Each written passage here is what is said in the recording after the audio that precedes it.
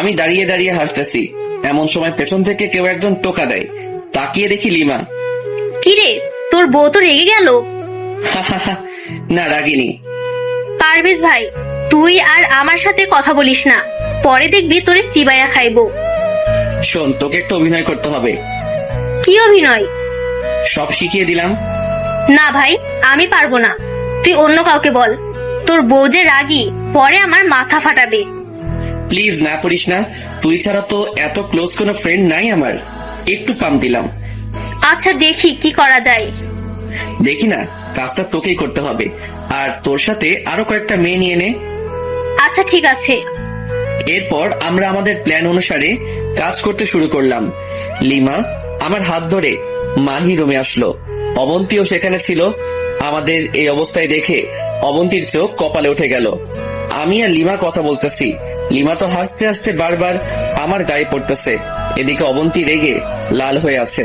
মনে মনে বললাম, জানো, তোমার মনে ভালোবাসা সৃষ্টি করতেছি। তারপর আমি, লিমা আর ওর কয়েকটা কাজিন মিলে আড্ডা দিচ্ছি আর হাসাহাসি করতেছি। এমন সময় দেখি অবন্তী দূর থেকে আমাকে ফলো করতেছে। রাতে খাওয়ার সময় আমি আর লিমা একসাথে বসেছি। অবন্তীর আমাদের টেবিলেই ছিল, আরো কয়েকজন মেয়ে ছিল। পারভেজ দোস্ত, তোর মনে আছে কলেজে থাকতে তুই আমাকে খাইয়ে দিতি, আমিও তোকে খাইয়ে দিতাম? মনে আছে? ওর কথা শুনে নিজেই আবুল হয়ে গেলাম। অভিনয় করতে বলেছি, কিন্তু এমন অভিনয় করবে আমি জীবনে কল্পনাও করিনি। মনে থাকবে না কেন? তুই কত আমার আঙ্গুলে কামড় দিছস, দিনগুলো কি এত সহজে বলতে পারি? মনে আছে আমার জন্মদিনে আমাকে খুব সুন্দর একটা গিফট দিয়েছিলি? তোর জন্মদিনের তারিখ কখন আমি ভুলি না। অবন্তী বারবার আমার দিকে তাকাচ্ছে, চোখের মধ্যে পানি টলমলো করতেছে। আমাদের আরো কথাবার্তা দেখে সে টেবিল থেকে উঠে চলে গেল। তারপর সবাই খেয়ে উঠলাম। অন্য মেয়েগুলাও জানে আমাদের প্ল্যান সম্পর্কে। তারপর বাইরে চলে আসলাম। বিয়ে বাড়িতে চিল্লাচিল্লির জন্য কোনো কথাই ভালোভাবে শোনা যাচ্ছে না। পারভেজ, তোর বউ কিন্তু তোকে অনেক ভালোবাসে। কচু, তুই তাহলে কিছুই জানোস না। আচ্ছা, তোর কথা বল, বিয়ে করেছিস? করেছি, আবার করিওনি। মানে? বিয়ে ঠিক হয়ে আছে, কিন্তু উনি দেশের বাইরে। এমনিতে মোবাইলে সারাদিন কথা হয়। বিয়ের পর আমাকেও নিয়ে যাবে তো, তাই সবকিছু ঠিকঠাক করতে একটু সময় লাগছে।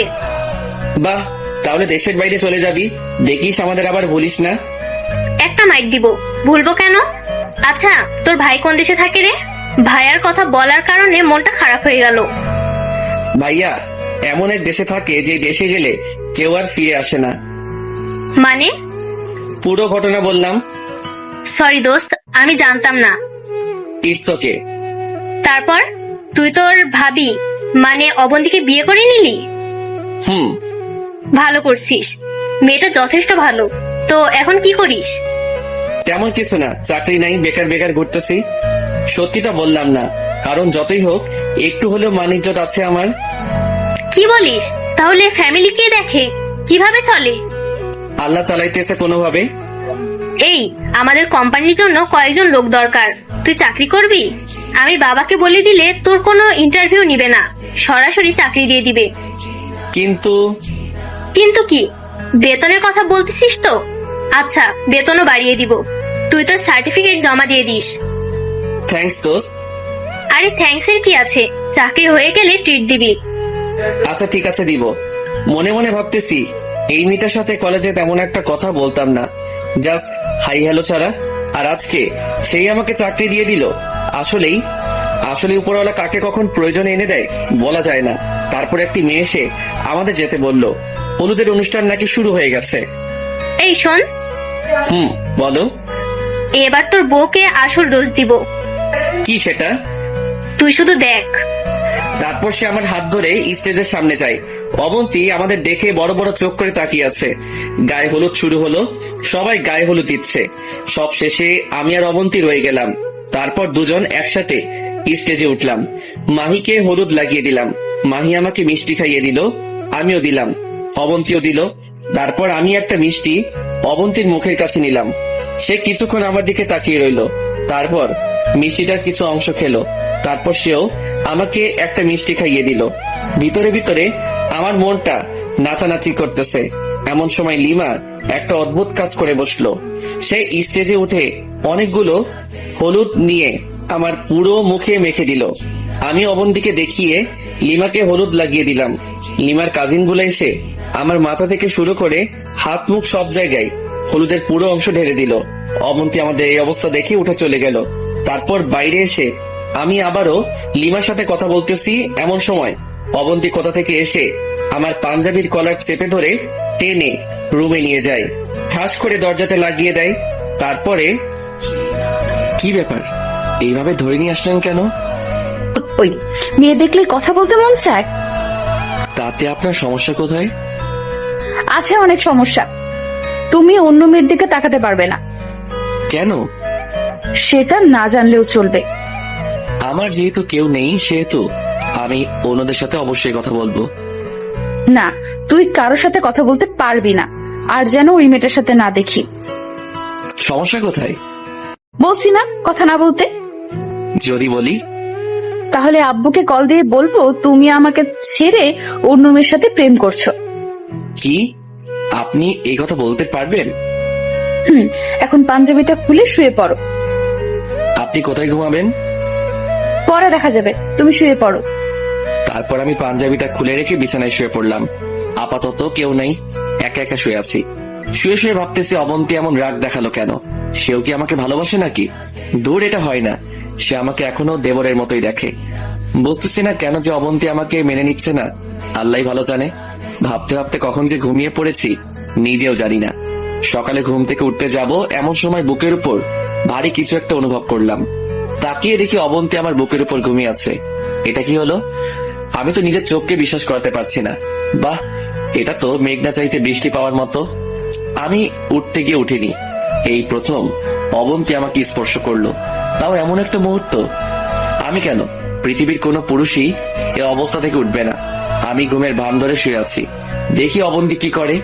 কিছুক্ষণ থাকার পর অবন্তী উঠলো, উঠে শাড়ি ঠিক করে নিল। আমি যেন না বুঝতে পারি, সে আস্তে করে রুম থেকে চলে যায়। আমি মনে মনে হাসতেছি। বালিকা, নিজের জামাইয়ের বুকে মাথা রেখে ঘুমাইছো, সেটা দেখলে সমস্যা কোথায়? যাক, একটু পর সে আবার রুমে আসলো। এসে পারভেজ, আয় পারভেজ। আমি ঘুমের ভান ধরে বললাম, আয় ওঠো, অনেক দেরি হয়ে গেছে। আপনি যান, আমি আরেকটু ঘুমাই। না, আর ঘুমাতে হবে না। ওঠো ওঠো, একটু পর বরপক্ষ এসে যাবে। আচ্ছা, উঠছি। এই একটা কথা বলেন তো, কি? আপনি কালকে রাতে কোথায় ছিলেন? মাহির সাথে। কেন? না, এমনি। কেউ একজন আমার পাশে শুয়েছিল, মনে হয় লিমা হবে। কি? আবারও এই মেয়েটার সাথে কথা বলছো? তাহলে কি হতে পারে? আপনি কাউকে দেখেছেন? এই নাও তোমার ব্রাশ, তাড়াতাড়ি ফ্রেশ হয়ে আসো। এই কথা বলে অবন্তী একরকম চোরের মতোই রুম থেকে চলে গেল। আমি বসে বসে হাসতেছি। ফ্রেশ হয়ে এসে নাস্তা করে নিলাম। তারপর কিছুক্ষণ হাঁটাহাঁটি করলাম। বাইরে গিয়ে লিমার সাথে দেখা হয়। কিরে, তুই বেঁচে আছিস? তোর কি মনে হয়? আমার তো মনে হয় তুই মারা গেছিস। তোর আত্মা ভূত হয়ে ঘুরতেছে। হঠাৎ করে এই কথা বললি কেন? কালকে রাতে তোর বউ যেভাবে তোরে ধরে নিয়ে গেছে সেটা দেখে মনে হয়েছে যে তুই আজকে শেষ। আরে না, তেমন কিছু না। তোকে তো মনে হয় ভালোবাসে। আরে না, অবন্তী নিজেও ঠিক মতো কথা বলে না, অন্য মেয়েদের সাথেও কথা বলতে দেয় না। একটা প্যারার মধ্যে আছি। বুঝছি। আচ্ছা, আর কয়েকটা ডোজ দিব তোর বউকে। আর দরকার নেই দোস্ত, যেগুলো দিছস সেগুলোতেই আমার 12টা বাজছে। আর দিলে কি করবে আল্লাহ জানে। সমস্যা নেই, হালকা করে একটা দিয়ে দিব। আচ্ছা দিস। একসময় অবন্তী কল দিল। আই পারভেজ, কই তুমি? আছি বাইরে। বাইরে কি? দরকারের সময় খুঁজে পাই না। কি বলুন? তাড়াতাড়ি রুমে আসো। কেন? ধুর, তুমি এত কথা বলো কেন? আসতে বলছি, আসো। আচ্ছা, আসতেছি। কলটা কেটে দিলাম। কিরে, কে কল দিল? তোর ভাবি রুমে যেতে বলছে। মনে হয় আমাকে তোর সাথে দেখেছে। যা, তোর খবর আছে। তুই দাঁড়া, আমি একটু আসছি। যা, বেঁচে থাকলে দেখা হবে। ওপারে ভালো থাকিস বন্ধু। হা হা হা। ফাজিল, থাক আমি আসছি। তারপর রুমে গেলাম। অবন্তী দেখে আমার চোখ কপালে উঠে গেল। শাড়ি একটাকে উল্টাপাল্টা করে পড়ে আছে। কি ব্যাপার, আপনার এই অবস্থা কেন? এই তুমি আসছো? কি হয়েছে? ধুর, একা একা শাড়ি পরা যায় নাকি? দরজাটা লাগিয়ে এদিকে আসো। দরজা কেন লাগাবো? তো কি দরজা খুলেই শাড়ি পরবো? যাও লাগিয়ে আসো। আমি গিয়ে দরজা লাগিয়ে আসলাম। এই শাড়ির আঁচলটা একটু ধরো তো। আমি তো অবাক হয়ে গেলাম, এটা কি বলে? ওই আবুলের মতো দাঁড়িয়ে আছো কেন? না মানে স্বপ্ন নাকি বাস্তব সেটাই তো বুঝতেছি না। সামান্য শাড়িটা ধরতে বলেছি, এতেই এই অবস্থা। অন্য কিছু বললে কি হতো? অন্য কিছু কি? ওই এত কথা বলো কেন? যেটা করতে বলেছি সেটা করো। আমি গিয়ে হাঁটু গেড়ে বসে শাড়ির কচিগুলো ধরলাম। আপনি শাড়ি পরতে পারেন না? পারি, তবে পুরোপুরি ভাবে পারি না। তাহলে কাল কিভাবে পড়েছেন? বাসা থেকে আসার সময় আম্মু পরিয়ে দিয়েছে। ও আচ্ছা। যাও তুমি গিয়ে গোসল করে রেডি হয়ে নাও, একটু পর অনুষ্ঠান শুরু হবে। আচ্ছা ঠিক আছে। তারপর গোসল করে রেডি হয়ে নিলাম। অবন্তী নিজের হাতেই আমার শার্টের বোতাম লাগিয়ে দিল। একটা জামাই জামাই ভাব আসলো শরীরে। আমি রেডি হয়ে বাইরে গেলাম। মাহির বাবা ডেকে নিয়ে গেল ওনার সাথে একটু দেখাশোনা করার জন্য। আমি ওনার সাথে গেলাম। বরপক্ষ চলে আসলো। খাওয়া দাওয়ার পর্ব শুরু হলো। কাজের মাঝখানে আমি নিজেও খেয়ে নিলাম। কিছুক্ষণ পর মাহিকে মানে পাত্রীকে আনা হলো। মাহির সাথে অবন্তী সহ আরো কতগুলো মেয়ে ছিল। অবন্তীকে দেখে আবারও ক্রাশ খেলাম। কালো একটা শাড়িতে একটু অন্যরকম লাগছে। আমি এক দৃষ্টিতে তাকিয়ে আছি। এমন সময় পেছন থেকে কেউ একজন টোকা দিল। তাকিয়ে দেখি লিমা। কিরে, নিজের বউকে কেউ এভাবে দেখে? আরে না, আমি বিয়ে দেখতেছিলাম। বুঝি বুঝি, ডাল মে কুছ কালা হ্যায়। আচ্ছা বাদ দে, তুই খেয়েছিস? তুই? ভেবেছিলাম আরো পরে খাবো, আম্মু জোর করে খাইয়ে দিছে। ভালো করছে। এই 15 তারিখ তো রেজাল্ট দিবে, জানিস? কিসের রেজাল্ট? আরে আমাদের অনার্স পরীক্ষার। ও আচ্ছা, তোর নাম্বারটা দে তো, তোদের অফিসে যাওয়ার আগে কল দিব। ওকে, এই নে। দোস্ত, তোরে ধন্যবাদ দিয়ে ছোট করব না। হইছে, চল তোর বউকে একটু রাগিয়ে দি। কেমনে? গেলেই দেখবি। তারপর লিমা আমার একটা হাত ধরে স্টেজে নিয়ে যায়। তারপর বর আর কনে এর মাঝে বসিয়ে ফটো তোলা শুরু করলো। অবন্তীকে বলল আমাদের ছবি তুলে দিতে। এটা দেখে অবন্তী রাগে লাল হয়ে গেছে। আমার দিকে বড় বড় চোখ করে তাকিয়ে আছে। আমিও একটু রাগানোর জন্য লিমার সাথে ক্লোজ হয়ে বসে ছবি তুলতেছি। এভাবে দিনটা চলে গেল। বিকাল বেলা বসে আছি, এমন সময় বস কল দিল। আসসালামু আলাইকুম। পারভেজ, তুমি কোথায়? আমি তো একটা বিয়ের অনুষ্ঠানে আসছি। কালকে কাজে আসবে। কিন্তু বস, বিয়ে তো এখনো শেষ হয়নি, বউ ভাত বাকি আছে। তোমাকে আর কাজে আসতে হবে না, তুমি বিয়ে খাও। না বস, ঠিক আছে, আমি কালকে আসবো। মনে থাকে যেন, না হলে চাকরি ডিসমিস। কলটা কেটে দিল। আমি মনে মনে ভাবতেছি, শালা লিমাদের ওখানে চাকরিটা একটু পাই তখন দেখবি। তোর এই ব্যবহারের ফল আমি সুদে আসলে দিব। অবন্তীর কাছে গেলাম। একটু এদিকে আসেন তো। আমাকে কেন ডাকতেছো? তোমার তো আর অন্য মেয়ে ফ্রেন্ডের অভাব নেই। দেখেন, বাজে কথা না বলে সাইডে আসেন। কি হয়েছে? আপনি থাকেন, আমি চলে যাচ্ছি। চলে যাচ্ছ মানে? কোথায় যাচ্ছ? বস কল করেছিল, কালকে কাজে না গেলে চাকরি থাকবে না। এখান থেকে তো আর কাজে যাওয়া সম্ভব না, তাই বলছিলাম আপনি থাকেন, বিয়ে শেষ হলে তারপর আমি এসে নিয়ে যাব। দরকার নেই, দাঁড়াও আমিও যাব। মানে কি, এখনো বিয়ে শেষ হয়নি? আসলটা শেষ, আর এখানে থেকেও কোনো মজা পাবো না। মাহি তো চলে যাবে, সো দাঁড়াও আমিও আসছি। কিছু না বলে দাঁড়িয়ে আছি। তারপর সবার থেকে বিদায় নিয়ে বাসার দিকে রওনা দিলাম। লিমাকে ইশারাই বলেছি মোবাইলে কথা বলবো। তারপর একটা সিএনজি নিয়ে বাসায় চলে আসলাম। কি রে, চলে আসলি যে? বিয়ে শেষ নাকি? না, কাজ আছে, বস কল করেছিল তাই। তারপর রুমে চলে গেলাম। ফ্রেশ হয়ে বাইরে চলে গেলাম। আইমানকে কল দিয়ে আসতে বললাম। আসার পর পুরো ঘটনা ওর সাথে শেয়ার করলাম। বাহ, তার মানে সব ঠিকঠাক হয়ে গেছে? এখনো শিওর না, আরো কয়েকদিন দেখি। লিমার ডোজটায় কাজ হয়েছে, না হলে অবন্তী এত সহজে নরম হতো না। বন্ধু, ঠিক বলছিস, লিমা অনেক হেল্প করেছে। আরো কিছুক্ষণ আড্ডা দিয়ে বাসায় চলে আসলাম। রাতে খেয়ে রুমে গেলাম, দেখলাম অবন্তী বিয়ে তোলা ছবিগুলো দেখতেছে। আমি গিয়ে কাঁথা আর বালিশটা নিয়ে ফ্লোরে ঘুমানোর জন্য রেডি হচ্ছি। অবন্তীর দিকে বারবার তাকাচ্ছি, সে কিছু বলে কিনা, কিন্তু না, কিছু বলল না। আমিও শুয়ে গেলাম। শুয়ে শুয়ে ভাবতেছি অবন্তী তো কিছুই বলল না, তাহলে বিয়েতে কেন শুয়েছিল একসাথে? মনে হয় এটা অন্যদের দেখানোর জন্য, মান সম্মান রক্ষার্থে এমনটা করেছে হয়তো। আমার কপালে এগুলো নেই, তাই এগুলো নিয়ে চিন্তা না করাই বেটার। অবন্তী আগেও আমাকে মেনে নেয়নি, এখনো নিচ্ছে, আর ভবিষ্যতে নিবে বলে মনে হয় না। ভাবতে ভাবতে ঘুমিয়ে গেলাম। সকালে ঘুম থেকে উঠে ফ্রেশ হয়ে কাজে যাচ্ছি। এমন সময় আব্বু সামনে দিয়ে ঘোরাঘুরি করতেছে, মনে হচ্ছে কিছু একটা বলবে। কিছু বলবে? তোর কাছে কিছু টাকা হবে? তোর মায়ের মেডিসিন শেষ। আমি জানি পকেটে মাত্র 20 টাকা আছে, কারণ যেগুলো ছিল সব বিয়েতে খরচ হয়ে গেছে। যাতায়াত, বিয়ের উপহার, অবন্তী শাড়ি, পুরো মাসের বেতন শেষ। কি বলবো বুঝতেছি না। আচ্ছা, প্রেসক্রিপশনটা আমাকে দাও, আমি আসার সময় নিয়ে আসবো। তারপর বাবার থেকে প্রেসক্রিপশনটা নিয়ে বেরিয়ে গেলাম। ভাবতে লাগলাম কিভাবে কি করব। হেঁটে হেঁটে কাজে চলে গেলাম। প্রতিদিনের মতো সেই দোকানে দোকানে মাল দেওয়া আর ভ্যান ঠেলা। কাজ শেষ করে আসার সময় বসের কাছে কিছু টাকা চাইলাম, শালা টাকা তো দিলই না, উল্টো আরো ঝাড়ি দিল। পরে আইমানকে কল করে দেখা করতে বলি, ওর কাছ থেকে কিছু টাকা নিয়ে আম্মুর জন্য মেডিসিন গুলো কিনে নিয়ে আসি। এইভাবে দিন যেতে লাগলো। কয়েকদিন পর আমাদের রেজাল্ট দিবে। এটা নিয়ে আমার তেমন মাথা ব্যথা নেই, কারণ আমার পরীক্ষা যে খারাপ হয়েছে সেটা আমি খুব ভালো করে জানি। ফেল করবো এটাই শিওর। এদিকে অবন্তী রেজাল্টের চিন্তায় শেষ। দেখতে দেখতে রেজাল্টের দিন চলে আসলো। আমি যথারীতি কাজে চলে গেলাম। দুপুরবেলা অবন্তী আমাকে কল দিয়েছে। আই পারভেজ, তুমি কোথায়? কাজে আছি। কেন, কি হয়েছে? রেজাল্ট দিয়ে দিছে, আমি পাশ করেছি। কংগ্রাচুলেশন। থ্যাঙ্কস।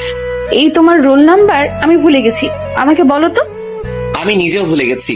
অ্যাডমিন কার্ড দেখো। আচ্ছা, দেখতেছি। তারপর কলটা কেটে দিল। পাশে বস ছিল। আমার মোবাইলে কথা বলা দেখে উনি বিরক্ত মাখা মুখ নিয়ে বলল, ওই মিয়া, কাজ করতে আসো নাকি প্রেম করতে? Sorry boss. আরে রাখো তোমার সরি। মোবাইল বন্ধ করো মিয়া। এতই যখন বউ বউ করো তাহলে কাজে আসো কেন? বউয়ের কাছে থাকলেই তো পারো। এই শালার উপর তো রাগ হচ্ছেই, সাথে অবন্তীর উপরও। কল দেওয়ার আর সময় পেল না। রেজাল্ট দিয়েছে তো কি হয়েছে, বাসায় গেলেও তো বলা যেত। আমি মোবাইলটা বন্ধ করে রেখে দিলাম। তারপর কাজ শেষ, বসের কাছে টাকা চাইলাম। উনি মুখের উপর বলে দিয়েছে মাস শেষ হওয়া ছাড়া কোনো টাকা দিবে না। যদি অতিরিক্ত করি তাহলে অতিরিক্ত কাজের টাকা দিবে। আমি আরো 2 ঘন্টা করে 100 টাকা নিলাম, তাই হিসেবে নাকি আরো কম পাবো। তারপর গেলাম টিউশনিতে।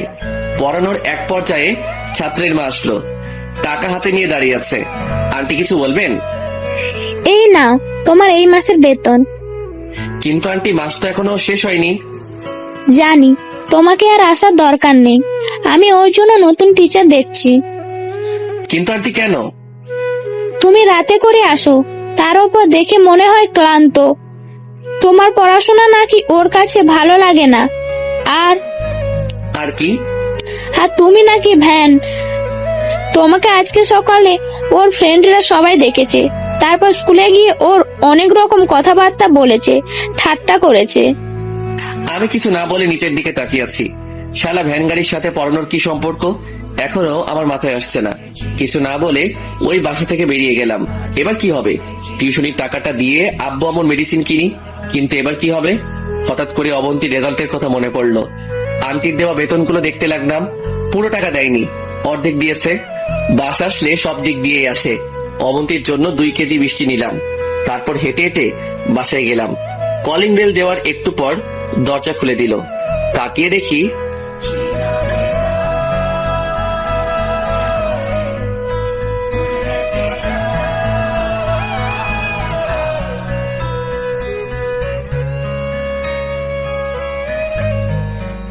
আমি কিছু না বলে নিচের দিকে তাকিয়ে আছি।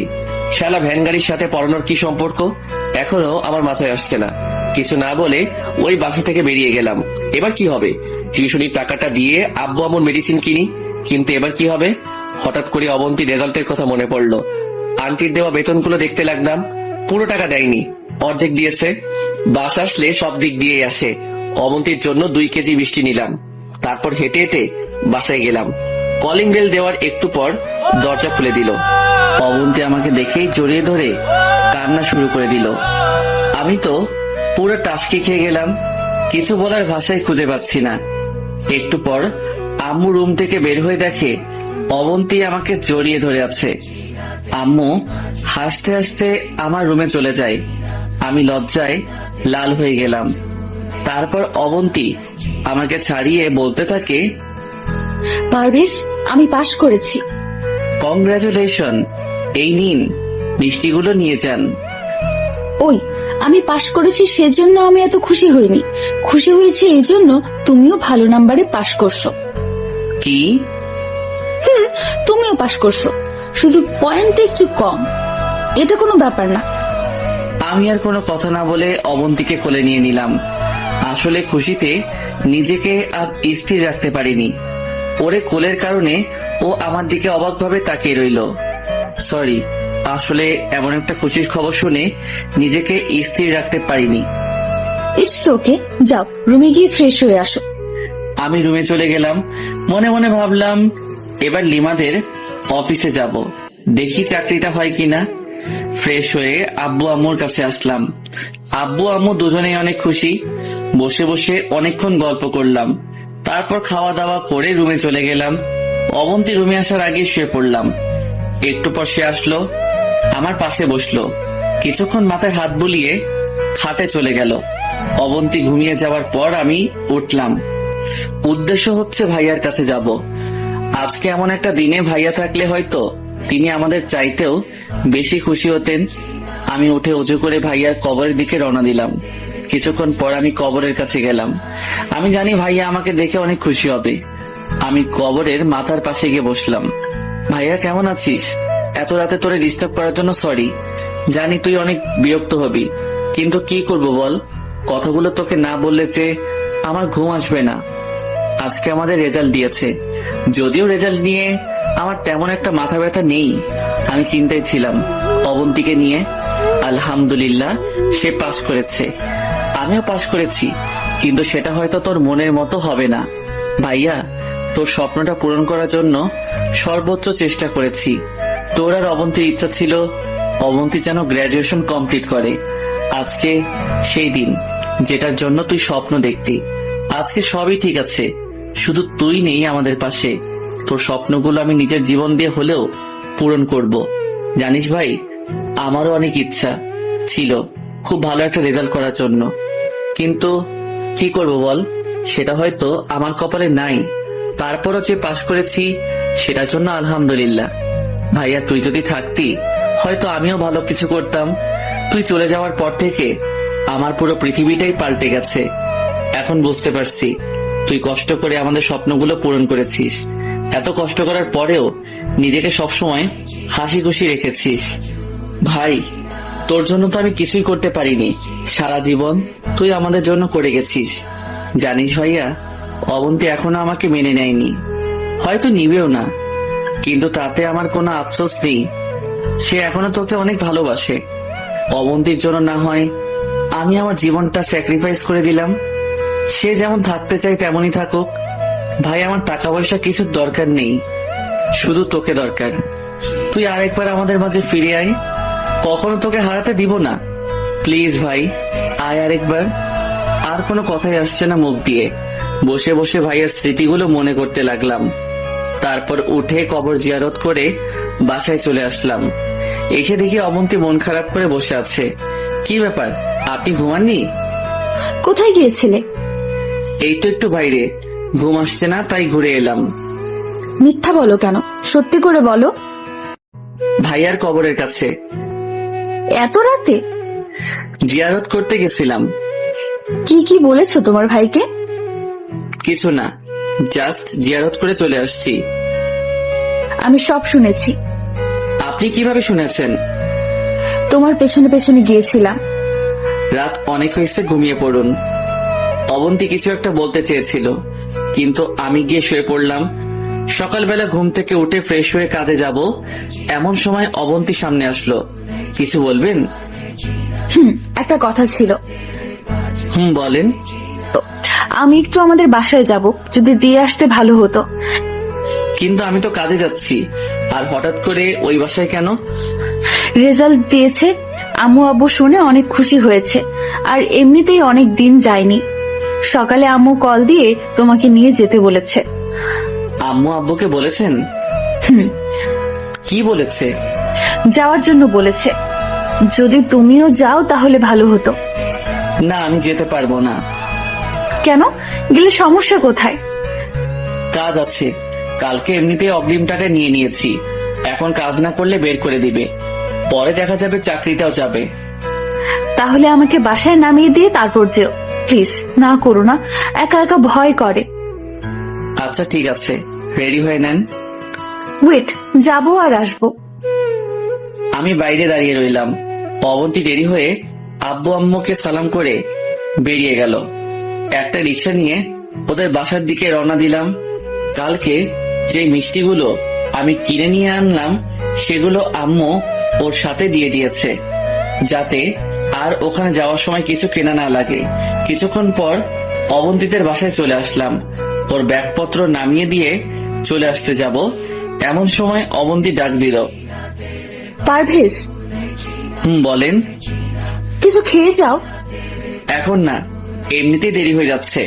আসি, আল্লাহ হাফেজ। পারভেজ, আবার কি? রাতে আসতে পারবে? রাতে এসে কি করব? আম্মু তোমাকে আসতে বলেছে। রাতে এসে দেখা করে নিও। রাতে থেকে পরের দিন এখান থেকে কাজে যেও। চেষ্টা করব। এ কথা বলে আবার রওনা দিলাম। মনে মনে ভাবলাম, আজকে হঠাৎ করে অবন্তী এত ভালোবাসা দেখাচ্ছে, কারণ কি? মনে হয় কাল রাতে সবকিছু শুনে ফেলেছে। দূর, এত কিছু ভেবে লাভ নেই। ও আমাকে মেনে নিবে না। ভালো পাশ করার কারণে হয়তো কৃতজ্ঞতা দেখাচ্ছে। অবন্তীকে ওদের বাসায় রেখে আমি কাজে চলে গেলাম। সারাদিন কাজ করলাম। এর মাঝে অবন্তী বেশ কয়েকবার কল দিয়েছে, খেয়েছি কিনা, ভালো আছি কিনা, ওদের বাসায় কখন যাব, আরো অনেক কিছু বলেছে। রাতে আমি আমাদের বাসায় চলে গেলাম। কি রে, তুই এখানে কেন? মানে কি? অবন্তী তোকে কিছু বলেনি? বলেছে, ওদের বাসায় যাওয়ার জন্য বলেছে। তো যাসনি কেন? আরে আজব তো, ও বললেই কি যেতে হবে? অবশ্যই। অবন্তী অনেকবার কল দিয়েছিল তুই আসলে যেন ওদের বাসায় যেতে বলি। আমি যাব না এখন, অন্যদিন যাব। যাবি না মানে? এখনই যা। কিন্তু বাবা। কোনো কিন্তু নয়, রেডি হয়ে আবন্তীর কাছে যা। কি আর করা, রেডি হয়ে ওদের বাসার দিকে রওনা দিলাম। প্রায় 30 মিনিট পর ওদের বাসার সামনে গেলাম। কলিং বেল দেওয়ার সাথে সাথেই দরজা খুলে দিল। কি ব্যাপার, এটা কি হলো?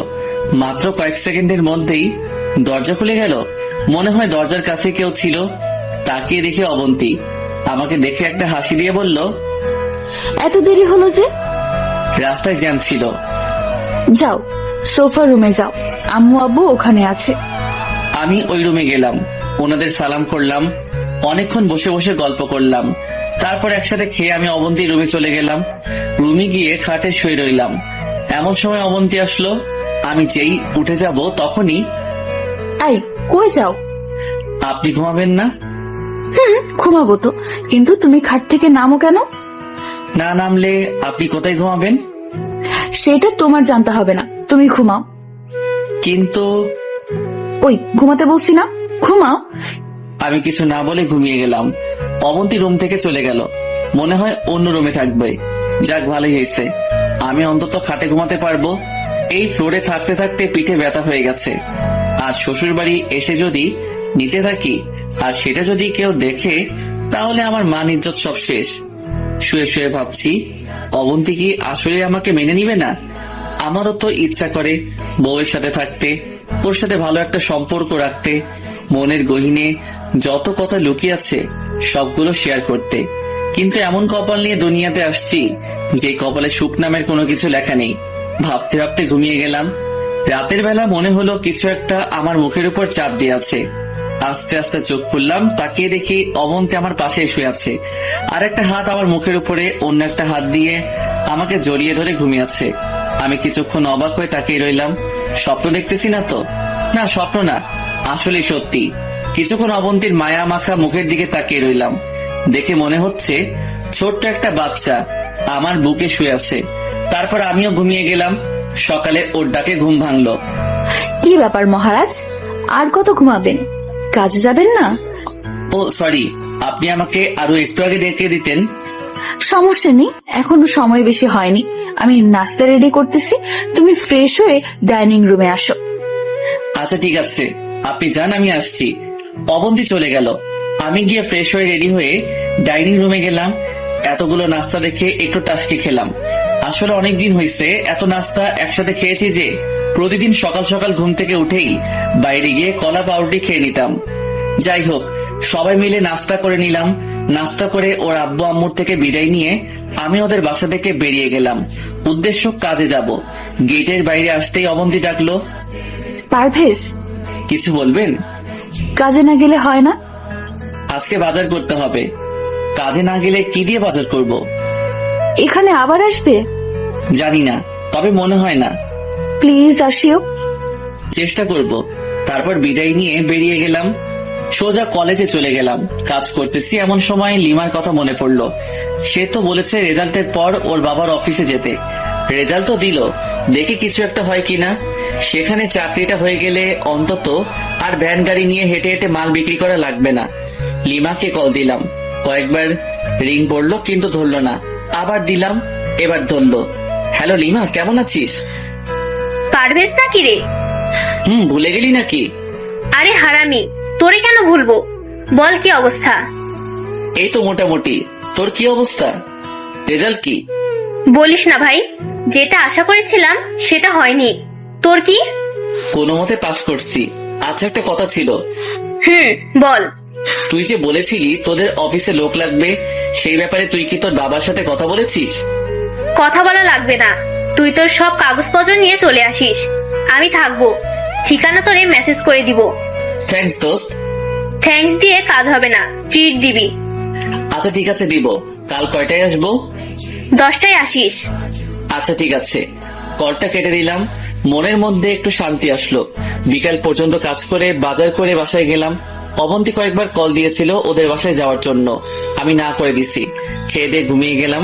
সকালে ঘুম থেকে দেরিতে উঠলাম, কারণ কাজে যাব না। 9টার সময় রেডি হয়ে আব্বু আম্মুকে সালাম করে নিলাম। কে রে, তোর আবার কি হয়েছে? কেন সালাম করতে পারি না? আরে পারবি না কেন? হঠাৎ করে করতেছিস তো, তাই জিজ্ঞাসা করলাম। কিছু কি হয়েছে? সেটা বিকাল বেলা বলবো। এখন বল। সারপ্রাইজ। এ কথা বলে বাসা থেকে রওনা দিলাম। লিমার দেওয়া ঠিকানা মতো চলে গেলাম। সেখানে গিয়ে দেখি লিমা বসে আছে। কিরে, আসছিস? হুম। আয়, বাবার সাথে তোর পরিচয় করিয়ে দিই। আর বাবাকে তোর ব্যাপারে সব বলেছি। থ্যাঙ্কস দোস্ত। যা ভিতরে যা, সবকিছু দিয়ে আয়। আমি ভিতরে গেলাম। সবার সাথে পরিচিত হয়ে কাগজপত্র সব জমা দিলাম। এরপর বাইরে এসে লিমার সাথে বসলাম। একটু পর ম্যানেজার এসে আমাকে আর লিমাকে ডেকে নিয়ে যায়। ভেতরে গেলাম। লিমার বাবা বলল, দেখো বাবা, তোমার এসএসসি এবং এইচএসসি এর রেজাল্ট ভালো ছিল, কিন্তু অনার্স এর রেজাল্ট খুব একটা ভালো না। আমাদের রুল অনুযায়ী চাকরিটা তুমি আসলে পাচ্ছ না। চুপ হয়ে দাঁড়িয়ে রইলাম। কিন্তু আমার মেয়ে এত করে বলছে যে চাকরিটা না দিয়ে পারছি না। তুমি চাইলে কালকে থেকে জয়েন করতে পারো। ধন্যবাদ স্যার। খুশিতে চোখ দিয়ে পানি বের হয়ে গেল। আমি আর লিমা ওর বাবার রুম থেকে বের হলাম। লিমা, কি বলে তোকে ধন্যবাদ দিব বুঝতে পারছি না। তোর বউ কেমন আছে? আছে ভালোই। এখন কি ঠিক হয়েছে? আগে থেকে একটু ঠিক হয়েছে, বাকিটা আগের মতোই। টেনশন করিস না, সব ঠিক হয়ে যাবে। চল এখন। কোথায়? ট্রিট নিবি না? আজকে না, অন্যদিন। আচ্ছা ঠিক আছে, আজকে যাই। বসের সাথে কিছু হিসাব আছে, ওগুলো শেষ করে আসি। যা, কালকে থেকে চলে আসিস। ওকে, আল্লাহ হাফেজ। তারপর লিমার কাছ থেকে বিদায় নিয়ে ওদের অফিস থেকে বের হয়ে রাস্তায় আসলাম। আয়মান কল দিল। ওর সাথে কথা বলতে বলতে রাস্তা পার হচ্ছি। এমন সময় কিছু একটা সজোরে এসে আমাকে ধাক্কা দিল। ধাক্কা খেয়ে অনেক দূরে গিয়ে পড়ি। তারপর আর কিছুই মনে নেই। যখন জ্ঞান আসলো, নিজেকে হাসপাতালে আবিষ্কার করলাম। তাকে দেখে অবন্তী আমার পাশে বসে আছে। আমি ওর দিকে তাকালাম। আমার তাকানো দেখে অবন্তী আমাকে জড়িয়ে ধরে কান্না করতে শুরু করলো। কিছুক্ষণ পর ছেড়ে দিয়ে বলল, এখন কেমন লাগছে? ভালো। টেনশনের দরকার নাই, খুব বেশি কিছু হয়নি। ডাক্তার বলেছে 2-1 দিনের মধ্যেই বাসায় চলে যেতে পারবো। হুম। আমি তোমার আব্বু আম্মুকে কল দিয়ে আসতে বলেছি। বুঝলাম না, অবন্তী হঠাৎ করে আমার আব্বু আম্মু বলছে কেন? তারও তো আব্বু আম্মু। কিছু না বলে চুপ করে রইলাম। ওনারা আসছে, তুমি শুয়ে থাকো। আপনি কোথায় যাচ্ছেন? আমার একটু কাজ আছে। আমার এই অবস্থায় অবন্তী আমার পাশে থাকবে সেটা না করে বলতেছে তার নাকি কাজ আছে। বাবা মা আসা পর্যন্ত থাকুন। না, দেরি হয়ে যাবে, অন্য কোনো দিন দেখা যাব। অবন্তী কই? এই তো একটু আগে চলে গেছে। ওর নাকি খুব একটা জরুরি কাজ আছে। বাদ দাও, আবার চলে আসবে। আরো কিছুক্ষণ কথাবার্তা বললাম। সেদিন হাসপাতালে থেকে গেলাম, আব্বু আম্মুও থেকে গেল। পরের দিন হাসপাতালে থেকে বাসায় চলে গেলাম। কিন্তু এই 2 দিনে অবন্তী একবারও আসেনি এবং একটা কলও দেয়নি। আমিও আর নিজে থেকে দেইনি। 1 সপ্তাহ পর মোটামুটি সুস্থ। তাই চিন্তা করলাম নতুন অফিসে জয়েন করে ফেলি। বসে থাকা ঠিক হবে না। তাড়াতাড়ি রেডি হয়ে সকালবেলা বের হচ্ছি। আম্মুর সামনে আসলো। কোথাও যাচ্ছিস? নতুন চাকরি পেয়েছি, বেতন আগের থেকে ভালো, কষ্টও কম। তাই চিন্তা করলাম আজ থেকে শুরু করে দেই। সে কি রে, তুই তো আমাদের একবারও বলিসনি। কখন পেলি? যেদিন অ্যাক্সিডেন্ট করেছিলাম সেদিন। আম্মু বাবাকে ডেকে বলল, বাবাও অনেক খুশি। দুজনের কাছ থেকে বিদায় নিয়ে বের হব, এমন সময় আবার দাঁড়িয়ে গেলাম। কিছু বলবি? অবন্তীকে কেউ কিছু বলবে না, বলার দরকার নেই। কেন রে, এমন একটা খুশির খবর মেয়েটাকে না দিয়ে পারি? না দেওয়ার দরকার নেই, সময় হলে জানবে। এখন নিজে থেকে কেউ কিছু বলবে না। আচ্ছা ঠিক আছে, বলবো না। আমি আর কিছু না বলে রওনা দিলাম। 30 মিনিট পর অফিসে গেলাম। ম্যানেজারকে সালাম দিলাম। উনি সবকিছু ঠিকঠাক করে দিল। আমাকে সবার সাথে পরিচয় করিয়ে দিয়ে আমার ডেস্ক দেখিয়ে দিল এবং কাজ বুঝিয়ে দিল।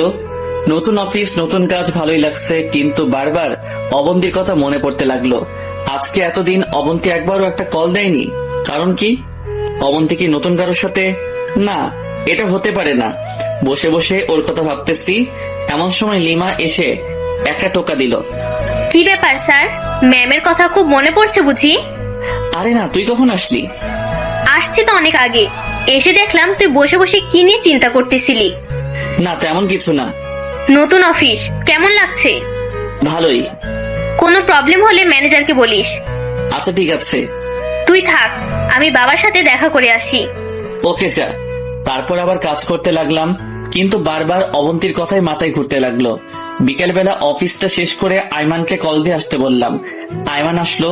দুজনে একটা রেস্টুরেন্টে গেলাম, কিছু খাবার অর্ডার দিলাম। কিরে, তুই তো পুরাই চেঞ্জ। চাকরি পাইছিস? শালা, একবার বললি না। তোর জন্য সারপ্রাইজ ছিল, এখন তো বলে দিলাম। তা আজকে কয়দিন? আজকে জয়েন করলাম লিমাদের অফিসে। কোন লিমা? আর আমাদের কলেজ ফ্রেন্ড লিমা। ও আচ্ছা, ভালো। আমার জন্য একটা দেখ। তুই চাকরি করলে তোর বাবার টাকা কে খাবে? আরে না, আগের মতো টাকা দেয় না। আব্বা কি পরিমাণ কিপটে তুই তো ভালো করেই জানিস। আচ্ছা দেখবো। তোর ভাবি বউ কেমন আছে? ভাবি বউ মানে? আগে ছিল ভাবি, এখন হয়েছে বউ। দুইটা মিলে ভাবি বউ। তুই কোনোদিন ঠিক হবি না। তো কি অবস্থা ওনার? এবার তো অনেক খুশি থাকবে, তাই না? ওরে কিছু জানাইনি। কেন? সবকিছু বললাম। পারভেজ দোস্ত, তোরে আমি আগেই বলেছি মেয়েটার মধ্যে কোনো ঘাপলা আছে। যেমন? পারভেজ দোস্ত, তোরে আমি আগে যেই কথাটা বলছি এখনো সেম কথাটাই বলছি। ওই মেয়েটার মধ্যে কোনো ঘাপলা আছে। প্রথমত, তোর ভাই মারা যাওয়ার পর অবন্তী যদি তোদের বাসা থেকে চলে যেত, খুব ভালো বিয়ে করতে পারতো না। ওর ভাগ্য যে তুই ওকে আবার বিয়ে করেছিস। দ্বিতীয়ত, তোর মা বাবা অবন্তীকে যে পরিমাণ ভালোবাসে, আদর করে, আমার মনে হয় না পৃথিবীর অন্য কোথাও এমন আদর পাবে। সবকিছু থাকা সত্ত্বেও অবন্তী তোর সাথে একই খাটে থাকে না, একসাথে মিশে না। এই থেকেই বোঝা যায় ওর মাঝে কোনো ঘাপলা আছে। কিন্তু আমি তো ওরে কোনো অভাব দেখাইনি। ওর সবগুলো স্বপ্নই পূরণ করেছি। আমার মনে হয় ওর কোনো পুরনো বয়ফ্রেন্ড আছে। আরে না, এটা হয় না। এটাই হবে। গরিবের কথা বাসি হলেও মিষ্টি হয়। কি করব বল? আম্মু আব্বুর দিকে তাকিয়ে ওরে কিছু বলতেও পারছি না। ও এখন কোথায়? ওর বাবার বাসায়। আমার অ্যাক্সিডেন্টের আগে গেছে, এখন আসেনি। একবারও আসেনি?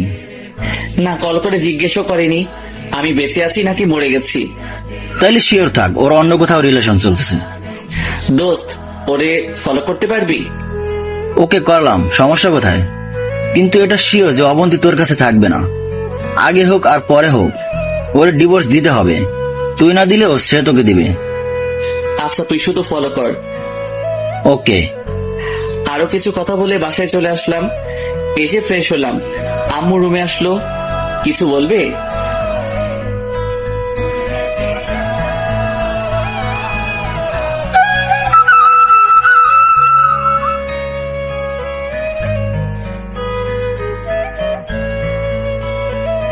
আরো কিছু কথা বলে বাসায় চলে আসলাম। এসে ফ্রেশ হলাম। আম্মু রুমে আসলো। কিছু বলবে? বলো। আব্বু কোথায়? বাইরে গেছে। ও, কি বলবা বলো। মেয়েটা অনেকদিন বাসায় নেই, বাসাটা কেমন খালি খালি লাগছে। যা না বাপ, ওরে নিয়ে আয়। কাকে? অবন্তীকে। ওর অনেক মিস করছি।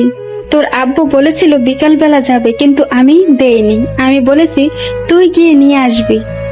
ও নিজে থেকে আসবে, আমি নিয়ে আসতে পারবো না। এটা কেমন কথা? একা একটা মেয়ে কি করে আসবে? আরে আজব, এত রাতে ওরে কেমনে নিয়ে আসবো? সকাল হোক, আমি গাড়ি পাঠিয়ে দিব, ও চলে আসবে।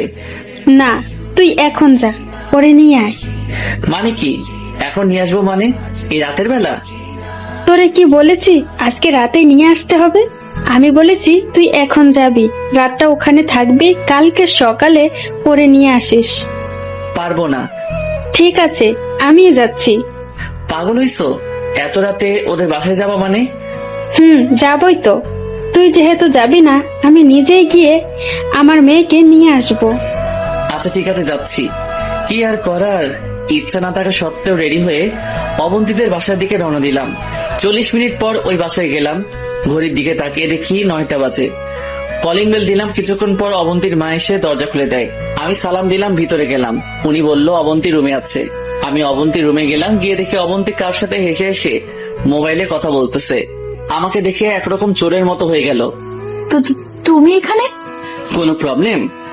প্রবলেম নেই, কিন্তু আসতে তো পারমিশন লাগে। সরি। কেন আসছো?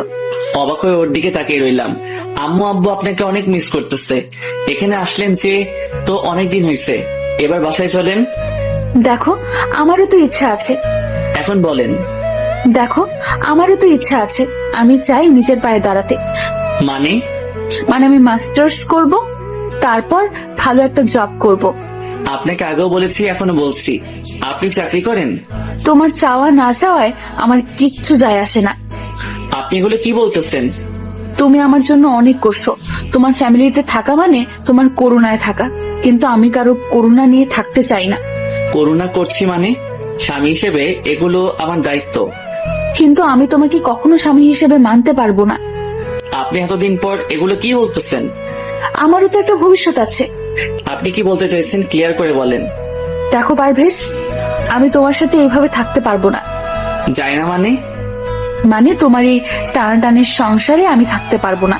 যে টাকা বেতন পাও তা দিয়ে কিছুই হবে না। টাকায় কি সব?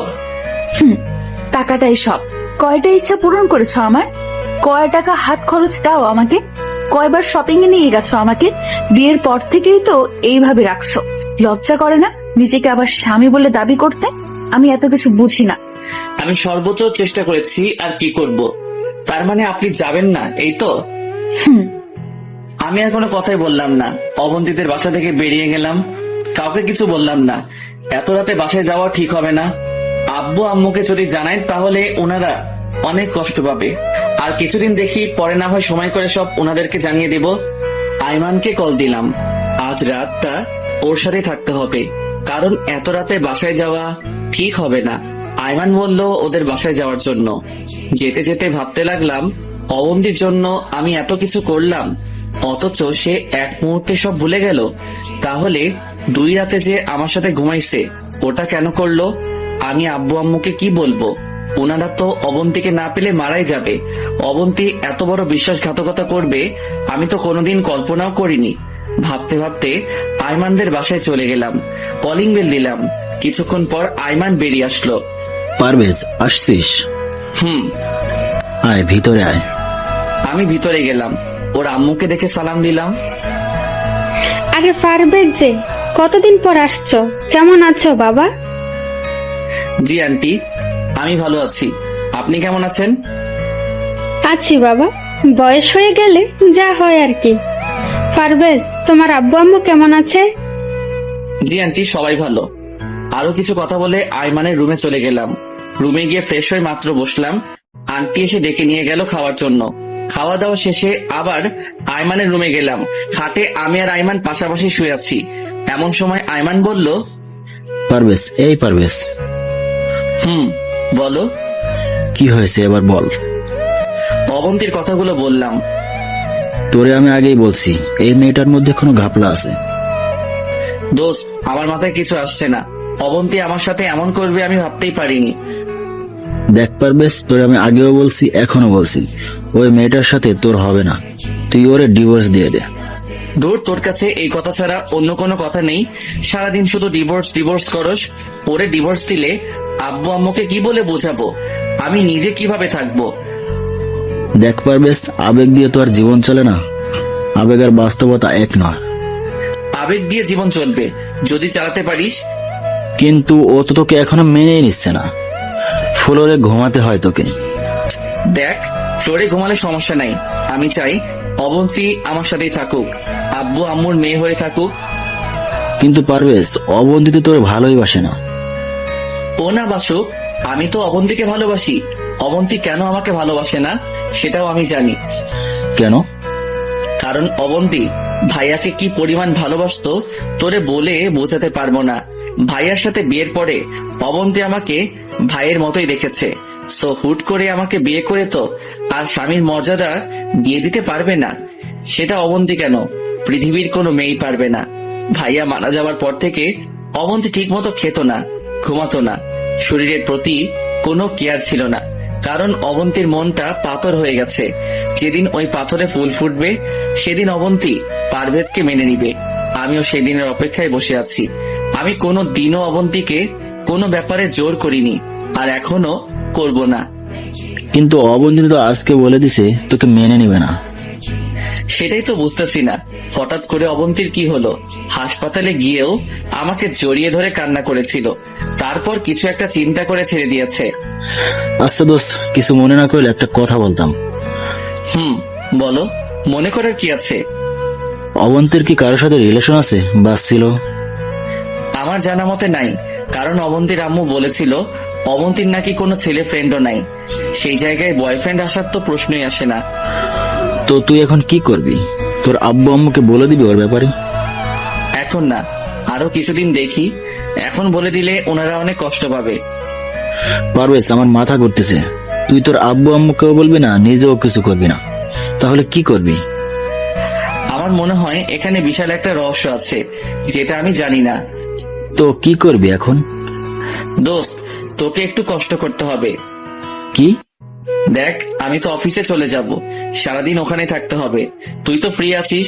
তুই যদি অবন্তীকে ফলো করতি, ও কি করে, কার সাথে যায়, তোর বাইক আছে, সমস্যা হবে না। প্রয়োজনে আমি তোরে তেলের টাকা দিয়ে দিব। এই হারামি, তুই পাগল হয়েছিস? তোর কাছ থেকে আমি টাকা নিব? তুই আমার বেস্ট ফ্রেন্ড, তোর জন্য আমি সব করতে রাজি আছি। থ্যাঙ্কস দোস্ত। তাহলে কালকে থেকে ওরে ফলো করা শুরু কর। আমি তোরে অবন্তীদের বাসা দেখিয়ে দিব। আচ্ছা ঠিক আছে, এখন ঘুমা। তারপর এক পাশ হয়ে শুয়ে গেলাম। ঘুম আসছে না, বারবার অবন্তীর কথাই মনে পড়তে লাগলো। ভাবতে ভাবতে ঘুমিয়ে গেলাম। সকালে ঘুম থেকে উঠে নাস্তা করে আইমান আর আমি বাইক নিয়ে বের হলাম। আইমানকে অবন্তীদের বাসা দেখিয়ে আমি অফিসে চলে গেলাম। কাজ করতে লাগলাম আর আইমানকে বারবার কল দিয়ে জিজ্ঞেস করতে লাগলাম, কিন্তু কোনো খবরাখবর নাই। অফিস শেষ করে বাসায় গেলাম। আব্বু আম্মু আমার উপর ফায়ার হয়ে আছে। কিরে, তুই একা কেন? আর আমার মেয়ে কোথায়? আসেনি। আসেনি? তুই কালকে ওর সাথে ঝগড়া করে চলে আসছিস কেন? কি? তোমাদের এসব কথা কে বলেছে? তুই কি ভাবছিস অবন্তীর সাথে আমাদের কথা হয় না? অবন্তী আমাদের বলেছে। কি বলবো বুঝতেছি না। কালকে কোথায় ছিলি? আইমানদের বাসায়। অবন্তী তোরে কি বলেছে? আরো কিছুদিন ওখানে থাকবে। যা, গিয়ে ফ্রেশ হয়ে আয়। মিথ্যা বললাম। যা বাবা, বেঁচে গেলাম। মনে হচ্ছে আমাকে রিমান্ডে দিয়েছে। শালা অবন্তী আব্বু আম্মুকে কি বুঝিয়েছে কে জানে। আমার সাথে একরকম করলো আর আব্বু আম্মুর সাথে অন্যরকম। বুঝলাম না। যাই হোক, খেয়ে দিয়ে ঘুমিয়ে গেলাম। পরের দিন ঘুম থেকে উঠে রেডি হয়ে অফিসে চলে গেলাম। এভাবে 2 দিন গেল। অবন্তীর সাথে আমার কোনো যোগাযোগ হয়নি, সেও আমাকে কোনো কল বা মেসেজ দেয়নি। একদিন অফিসে কাজ করতেছি, 10:30 বাজে। এমন সময় আয়মান কল দিল। হ্যালো পারভেজ, বল। তুই কই? অফিসে। তুই কোথায়? আমি তো অবন্তীদের বাসার সামনে। কোনো খবর পাইছিস? এইমাত্র একটা গাড়ি অবন্তীর বাসার সামনে আসলো, আর অবন্তী সেটাতে উঠে চলে যাচ্ছে। গাড়িতে কে দেখছিস? না, দেখা যাচ্ছে না। আচ্ছা দোস্ত, তুই গাড়িটা ফলো কর, কি হয় আমাকে জানা। আচ্ছা ঠিক আছে। কলটা কেটে দিল। আমি একটু টেনশনে পড়ে গেলাম। অবন্তী কার সাথে ঘুরতেছে? 11:20 আয়মান আবার কল দিল। পারভেজ, বল। ঘটনা তো কিছুই বুঝলাম না। কেন, কি হয়েছে? তোর অবন্তী তো লিমার সাথে। কোন লিমা? আরে বেটা, আমাদের বেস্ট ফ্রেন্ড, তোর বসের মেয়ে। অবন্তী তো লিমার কথাই শুনতে পারে না। জানি তোর বিশ্বাস হবে না, আমি ছবি পাঠাচ্ছি, তুই দেখ। আমার কাছে নরমাল মোবাইল। আচ্ছা বিকাল বেলা দেখা করিস। ঠিক আছে। আজকে অবন্তী লিমার সাথে কি করে? আমি কেমনে বলবো, তুই লিমারে জিজ্ঞেস করিস। আচ্ছা, তুই আরেকটু ফলো কর। ওকে। আমি বিকালে তোর সাথে দেখা করব। ওকে। কল কেটে দিল। কাজ শেষ করে বিকেল বেলা আয়মানের সাথে দেখা করলাম। আয়মান ওর মোবাইলে তোলা ছবিগুলো আমাকে দেখাতে লাগলো। আসলেই তো এটা যে লিমা। কিন্তু অবন্তী লিমার নামও শুনতে পারে না। আমাকে কয়েকবার হুমকি দিয়েছে যাতে লিমার সাথে দেখা না করি, কিন্তু এখন দেখছি সে নিজেই লিমার সাথে হাত ধরাধরি করে হাঁটছে। কাহিনী তো একটা আছে যেটা আমি জানি না, কিন্তু আমাকে এভাবে বসে থাকলে চলবে না। এই কাহিনীটা কি সেটা বের করতে হবে। এবার বেশ, কি ভাবতেছিস? দুজন একসাথে কি করে সেটা। লিমাকে জিজ্ঞেস কর, তাহলে কাহিনী বুঝে যাবি। কিন্তু লিমা কি আমাকে বলবে? বলবে না কেন, অবশ্যই বলবে। না রে, লিমার পেট থেকে সহজে কথা বের হয় না। ওরে ইমোশনাল করে বের করতে হবে। কিন্তু কিভাবে? কিছু একটা চিন্তা কর। দেখি। আচ্ছা, এখন কল দিব? তুই পাগল হয়েছিস? এখন দিলে ভুলেও বলবে না। তোর সাথে যখন দেখা হবে তখন সিস্টেম করে জিজ্ঞেস করে নিবি। আচ্ছা ঠিক আছে। আরো কিছুক্ষণ আড্ডা দিয়ে বাসায় চলে গেলাম। খাওয়া দাওয়া করে বসে বসে ভাবতে লাগলাম আসলে অবন্তী কি করতে চাচ্ছে। 2 দিন পর আমি অফিসে কাজ করতেছি, এমন সময় লিমা আমার ডেস্কে আসলো। কিরে পারভেজ, কি খবর? ভালো না রে। কেন, বউয়ের জন্য খারাপ লাগছে বুঝি? এই তো ফকিরনি, মুখ দিয়ে আসল কথা বের করে দিছে, বাকি কথাগুলো বের করে নেই। না রে দোস্ত, বউয়ের জন্য না। তাহলে আমি আর বেশি দিন বাঁচবো না রে। তুই এগুলো কি বলিস? পাগল হলি নাকি? সত্যি বলছি, ডাক্তার বলেছে আর বেশি দিন নাই। এই, তোর শরীর ঠিক আছে তো? দোস্ত, আমি তো চলে যাব। যাওয়ার আগে একটা রিকোয়েস্ট রাখবি প্লিজ। তুই কি বলতেছিস এগুলো? আমার মাথা ঘুরতেছে। তোকে তো দেখে ভালোই মনে হচ্ছে। না রে, বল আমার রিকোয়েস্টটা রাখবি। কি রিকোয়েস্ট বল? এই তো লাইনে আসছে। অবন্তীর সাথে কি চলতেছে বলবি? মরার আগে জানতে চাই। কি হলো বল। তুই কিভাবে জানিস? তোকে আর অবন্তীকে আমি একসাথে দেখেছি, প্লিজ বল। আমি মাহির বিয়েতে হেসে হেসে কথা বলেছিলাম, তখন অবন্তী এসে আমার হাত ধরে কান্না করতে লাগলো আর বলল যাতে তোর সাথে না মিশি। তো তুই কি বললি? আমি বলেছি তুই আর আমি জাস্ট ফ্রেন্ড, আর কোনো সম্পর্ক নেই। অবন্তীকে রাগানোর জন্যই আমরা বিয়েতে এমন করেছি। তারপর থেকে আমার আর অবন্তীর মাঝে ভালো একটা ফ্রেন্ডশিপ হয়ে যায়। আমরা এখন একে অন্যকে তুই করে ডাকি। তো আমাকে বলিসনি কেন? অবন্তী বলতে নিষেধ করেছে, তোরে নাকি শাস্তি দিবে। কি শাস্তি? অন্য মেয়ের সাথে আর জীবনে কথা না বলিস। আমি যেখানে চাকরি পেয়েছি সেটাও কি বলে দিয়েছিস? তুই জয়েন করতে আসার আগেই ওরে বলে দিয়েছি, আর সে তোর আব্বু আম্মুকে জানিয়ে দিয়েছে। তার মানে আমি বলার আগেই আব্বু আম্মু আর অবন্তী জেনে গেছে? আচ্ছা, এখন আমাদের মধ্যে একটু ঝামেলা চলতেছে, তুই কি সেটা জানিস? জানবো না কেন, আমার বুদ্ধি দিয়েই তো অবন্তী এগুলো করতেছে। তার মানে এসবের মধ্যে তুইও আছিস? রে দোস্ত, আমি অনেকবার না করেছি, কিন্তু অবন্তী আমাকে কিছুতেই ছাড়েনি, তাই করতে বাধ্য হলাম। কিন্তু আসল কথা কি জানিস? কি? অবন্তী তোকে অনেক ভালোবাসে। কচু বসে, ও জীবনেও আমাকে মেনে নিবে না। নিবে দেখিস।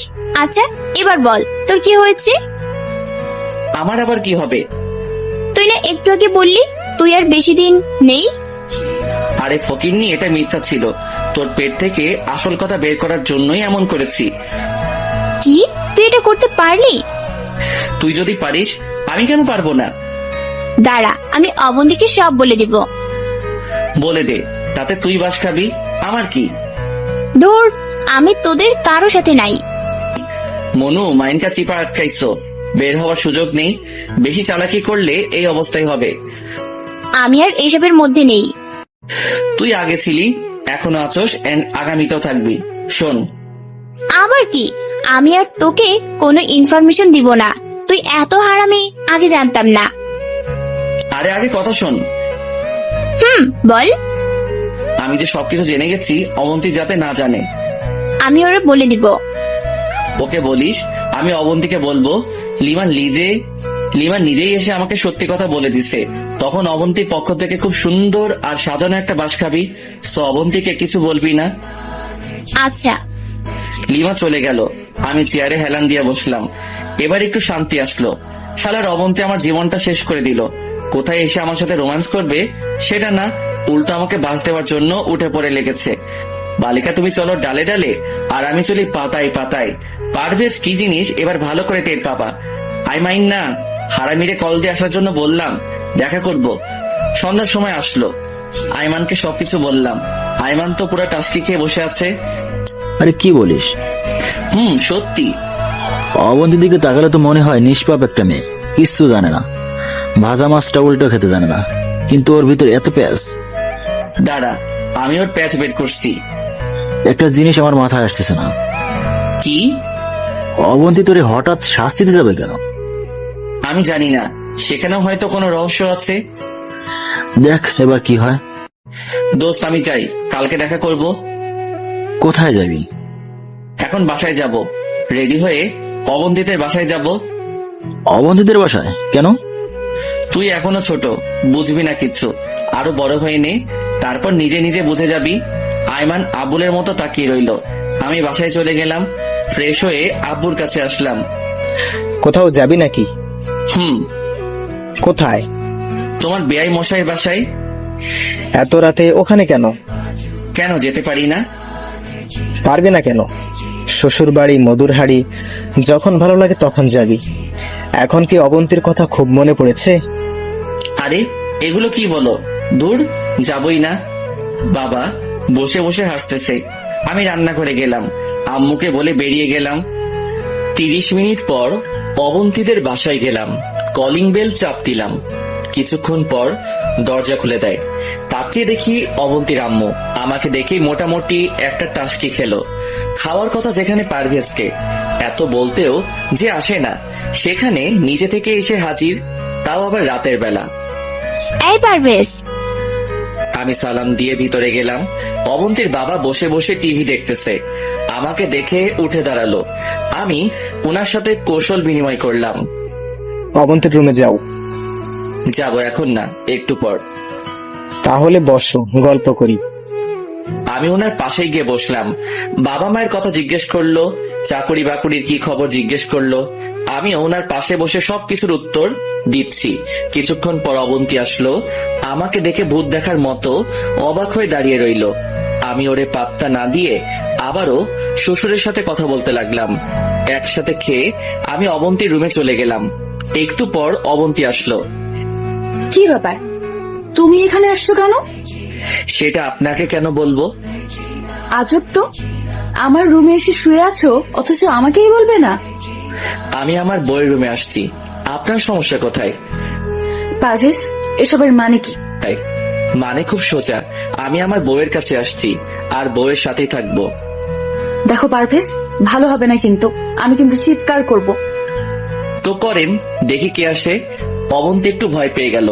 তারপর আমার একটু সামনে আসলো। পারভেজ, তুমি সত্যি করে বলো তো কেন আসছো?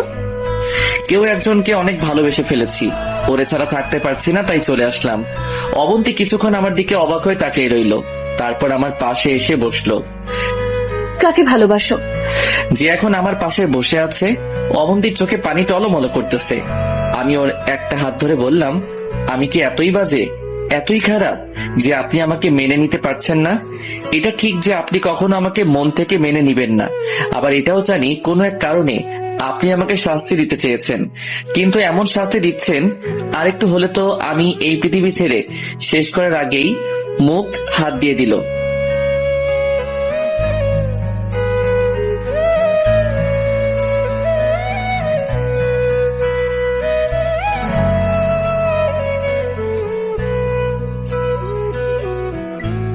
যে এখন আমার পাশে বসে আছে, অবন্তীর চোখে পানি টলমল করতেছে।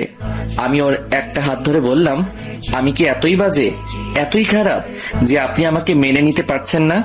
এটা ঠিক যে আপনি কখনো আমাকে মন থেকে মেনে নিবেন না, আবার এটাও জানি কোনো এক কারণে আপনি আমাকে শাস্তি দিতে চেয়েছেন, কিন্তু এমন শাস্তি দিচ্ছেন আরেকটু হলে তো আমি এই পৃথিবী ছেড়ে শেষ করার আগেই মুখ হাত দিয়ে দিল। না প্লিজ, এগুলো ভুলেও মুখে আনবে না। একজনকে হারিয়ে ফেলেছি, আর কাউকে হারাতে চাই না। এই সবকিছুর জন্য আমি অনেক অনেক সরি। তো কেন এমন করলেন আমার সাথে? আমার দোষটা কি ছিল? তুমি যখন মাহির বিয়েতে লিমার সাথে হেসে হেসে কথা বলতেছিলে, সেটা দেখে আমার ভেতর একটা মোচড় দেয়। মনে হলো আমি খুব দামি একটা জিনিস হারিয়ে ফেলতেছি। তোমার আড়ালে আমি লিমাকে সব বলি, তখন উনি হাসি মুখে সব বলে দেয় যে এটা তোমার আর ওর প্ল্যান ছিল।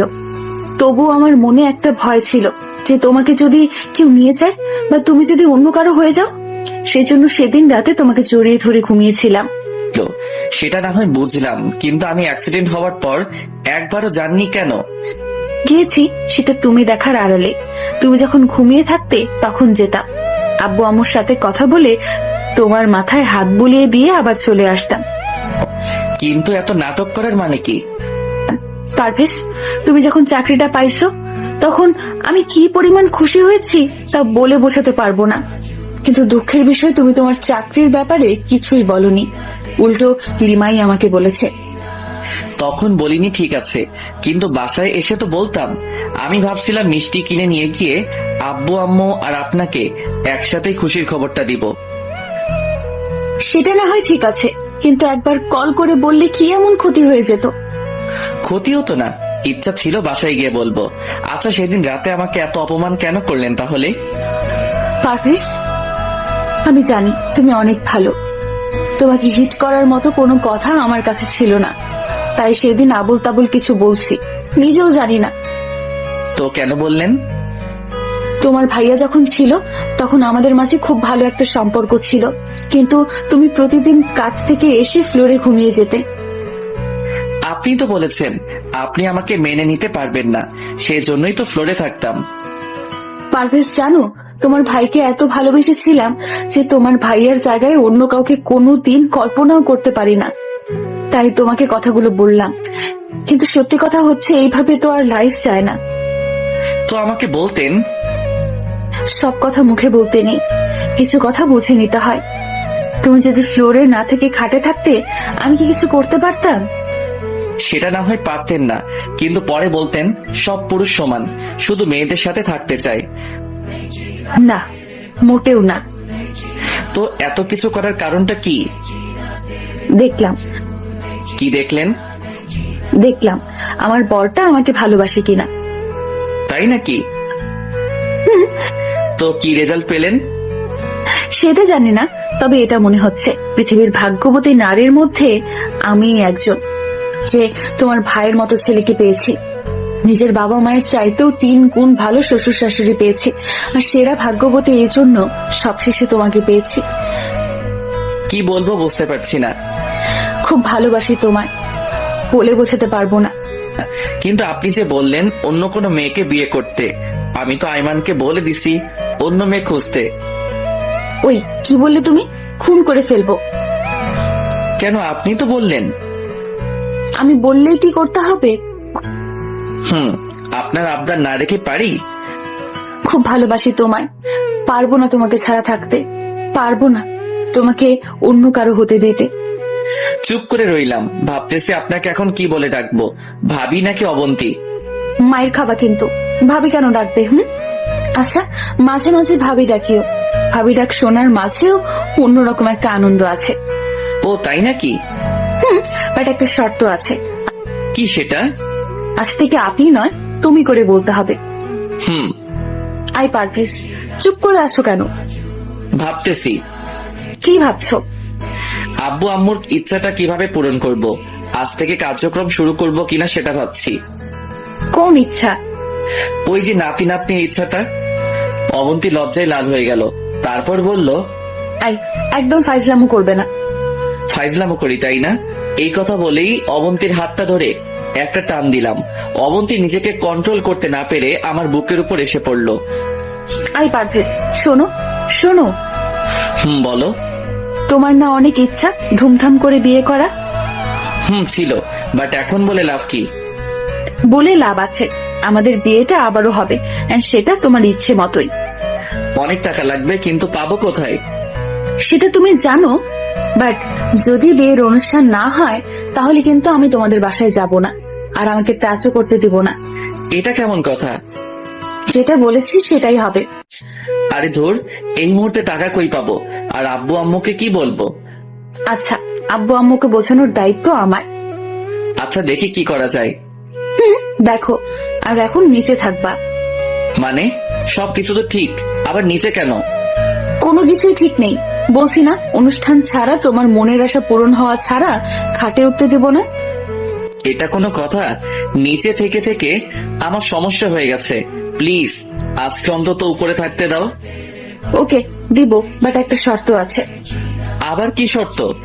আমাকে টাচ করতে পারবে না, দুজনের মাঝখানে কোলবালিশ থাকবে। আচ্ছা বাবা, ঠিক আছে, তারপরও উপরে থাকি।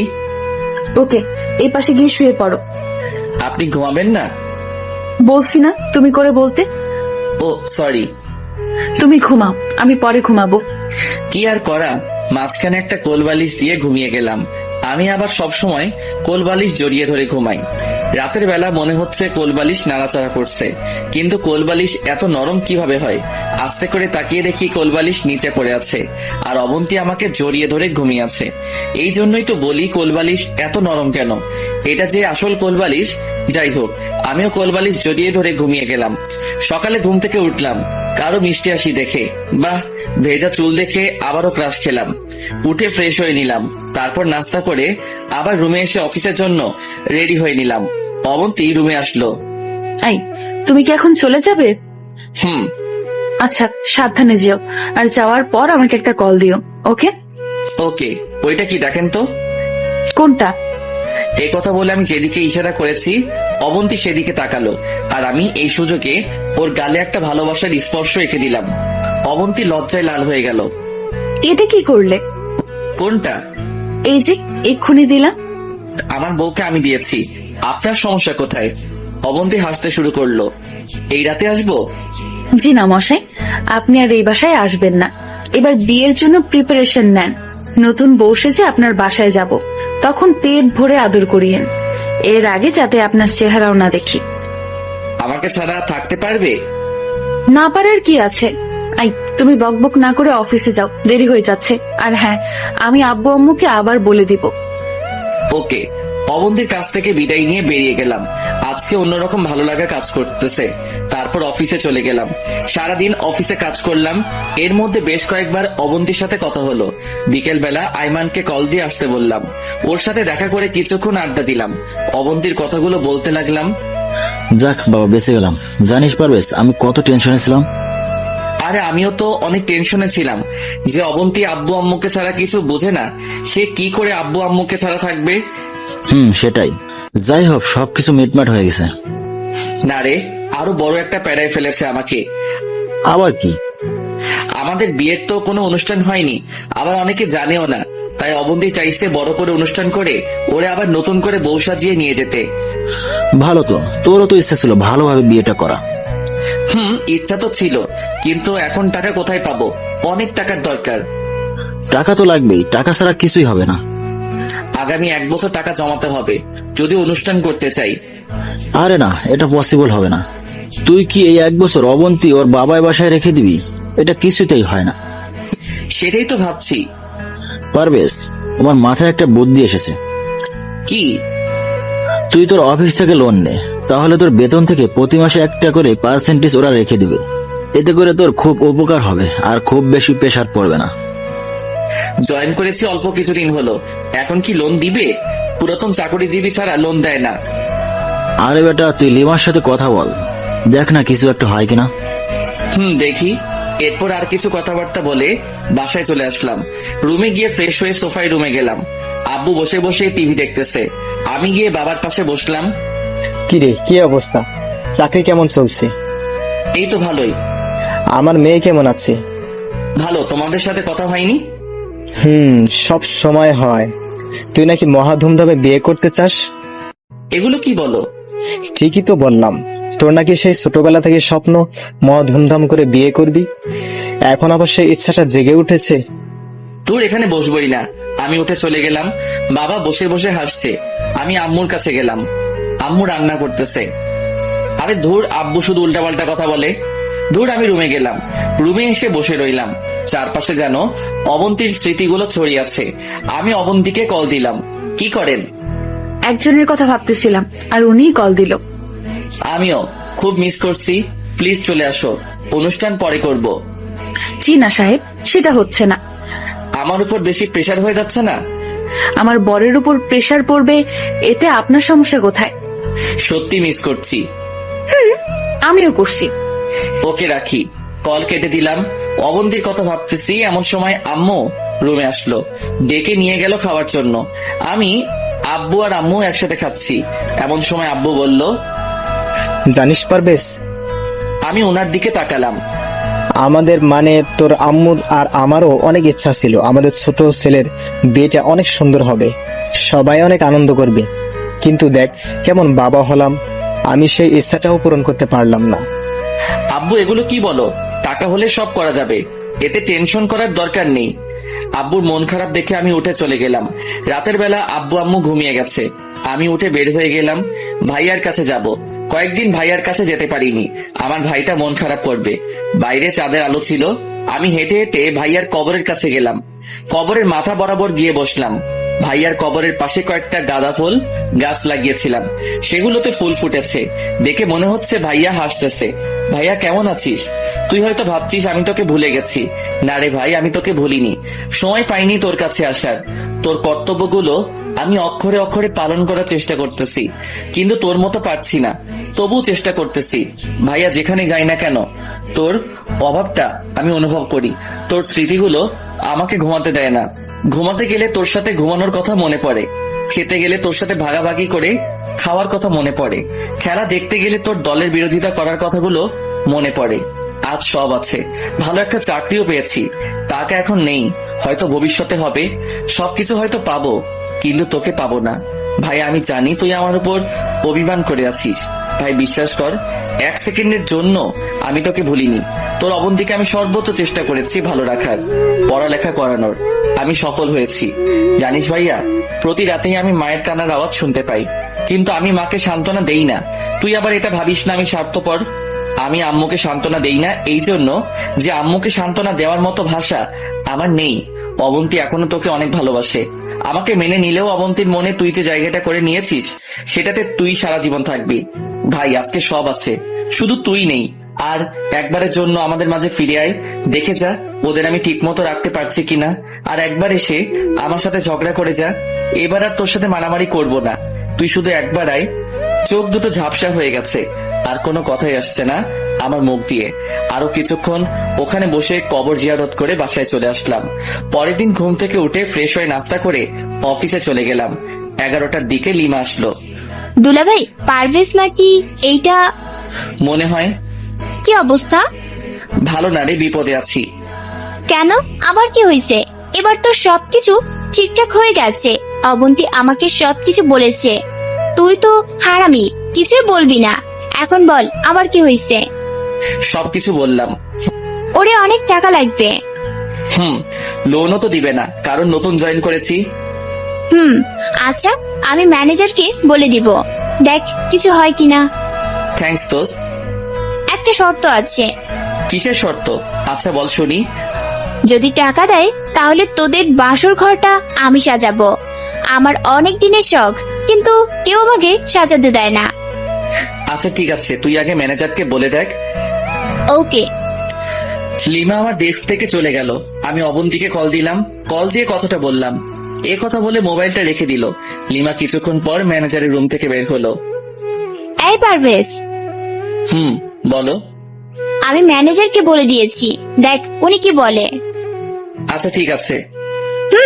ম্যানেজার হয়তো তোকে ডাকবে, যদি জিজ্ঞেস করে টাকা কেন দরকার, তাহলে বলবি যে বাসার কাজ চলতেছে। ওকে। আরো একটা গুড নিউজ আছে। কি?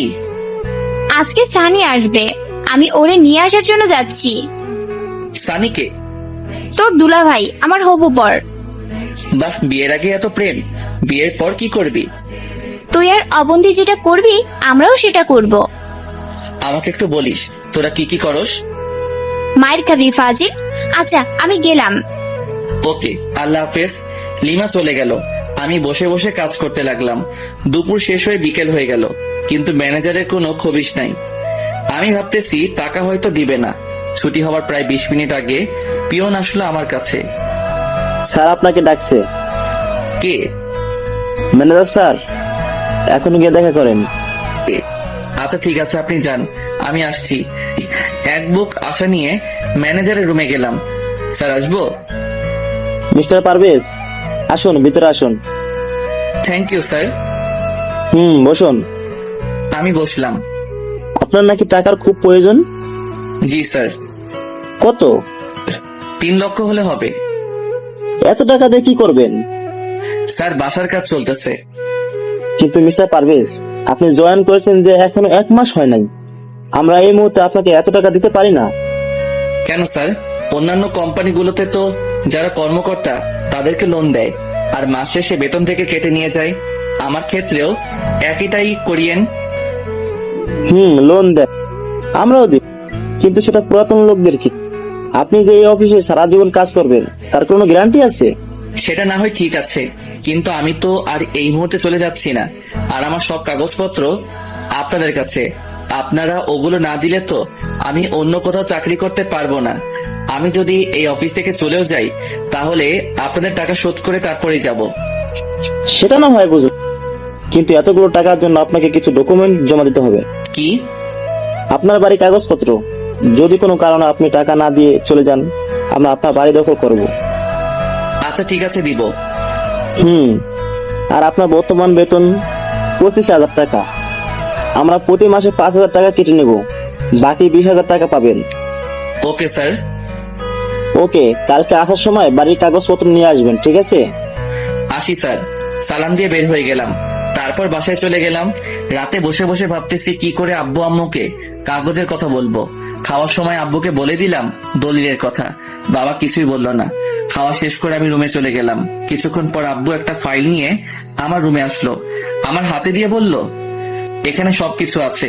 আমি জানি তুই খারাপ কিছু করবি না, আমি তোকে আমানত দিলাম। আমি কিছুই বললাম না, ফাইলটা রেখে দিলাম। অবন্তীকে কল দিলাম, কিছুক্ষণ কথা বলে মোবাইলটা রেখে দিলাম। তারপর ঘুমিয়ে গেলাম।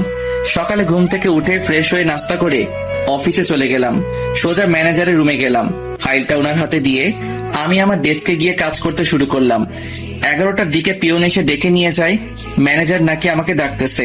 ম্যানেজারের রুমে গেলাম, উনি আমাকে একটা চেক কেটে দিল। আমি তো খুশিতে শেষ।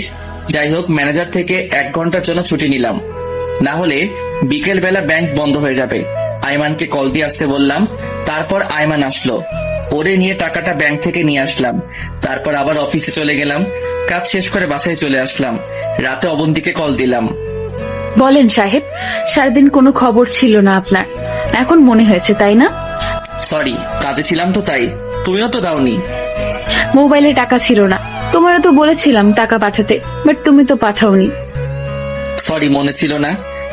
কয়দিন পর দেখা যাবে আমি যে তোমার বউ, সেটাও মনে থাকবে না। সেটা বলবো না। আচ্ছা শোনো, বলো। কালকে বিকালে একটু দেখা করিও, তোমার সাথে খুব গুরুত্বপূর্ণ কথা আছে। কি কথা এখন বলো। মোবাইলে বলা যাবে না, সরাসরি বলবো। আচ্ছা ঠিক আছে। খাইছো? না, মাত্র বাসায় আসলাম। তুমি? না, খাবো একটু পর। তুমি ঘুমিয়ে যাও। আচ্ছা ঠিক আছে। তারপর খাওয়া দাওয়া করে ঘুমিয়ে গেলাম। সকালে ফ্রেশ হয়ে অফিসে চলে গেলাম। এর মাঝে কয়েকবার অবন্তীকে কল দিলাম, পরে বললাম শাড়ি পরে আসতে। বিকেল বেলা আমাদের কলেজের সামনেই আসতে বললাম। আমি কাজ শেষ করে সোজা কলেজের সামনে চলে গেলাম। কিছুক্ষণ পর অবন্তী আসলো। কি ব্যাপার, এত দেরি হলো কেন? সরি, আসলে শাড়ি পরতে দেরি হয়ে গেছে। মানে? তুমি তো জানো আমি শাড়ি পরতে পারি না, কারো না কারো হেল্প লাগে। আজকে আম্মুও বাসায় নেই, মামার বাড়ি গেছে। একটা কাজিনকে বলেছিলাম আসার জন্য, সে আসতে দেরি করে ফেললো, তাই আমারও দেরি হয়ে গেল। এত কষ্ট হলে শাড়ি পরার কি দরকার ছিল? না আসলে তো তোমার চেহারার দিকে তাকানো যেত না। বলবে যে একটা রিকোয়েস্ট করেছি, সেটাও রাখিনি। আচ্ছা এবার বসো, বলো কি খাবে? আগে বলো, তুমি যেখানে আসছো আব্বু আম্মুকে বলেছো? না, বলার সময় পাইনি। অফিস থেকে সোজা এখানে চলে এসেছি। এটা কোনো কথা হলো? সমস্যা নাই, আমি বাসায় গিয়ে বলে দিব। এবার বলো কি এমন কথা যেটা মোবাইলে বলা যাবে না, সরাসরি বলতে হবে। লোন তো পেয়ে গেছি। আগে বলনি কেন? এখন তো বললাম। এখন কথা হচ্ছে আমি কয়দিনের ছুটি নিব। ছুটি কেন? আরে পাগল, বিয়ের জন্য কেনাকাটা করতে হবে। তারপর বিয়ের অনুষ্ঠান কোন দিন হবে সেটা তো ঠিক করতে হবে। না হলে আমি আন্দাজে ছুটি কিভাবে নিব? তুমি 1 সপ্তাহের জন্য ছুটি নাও।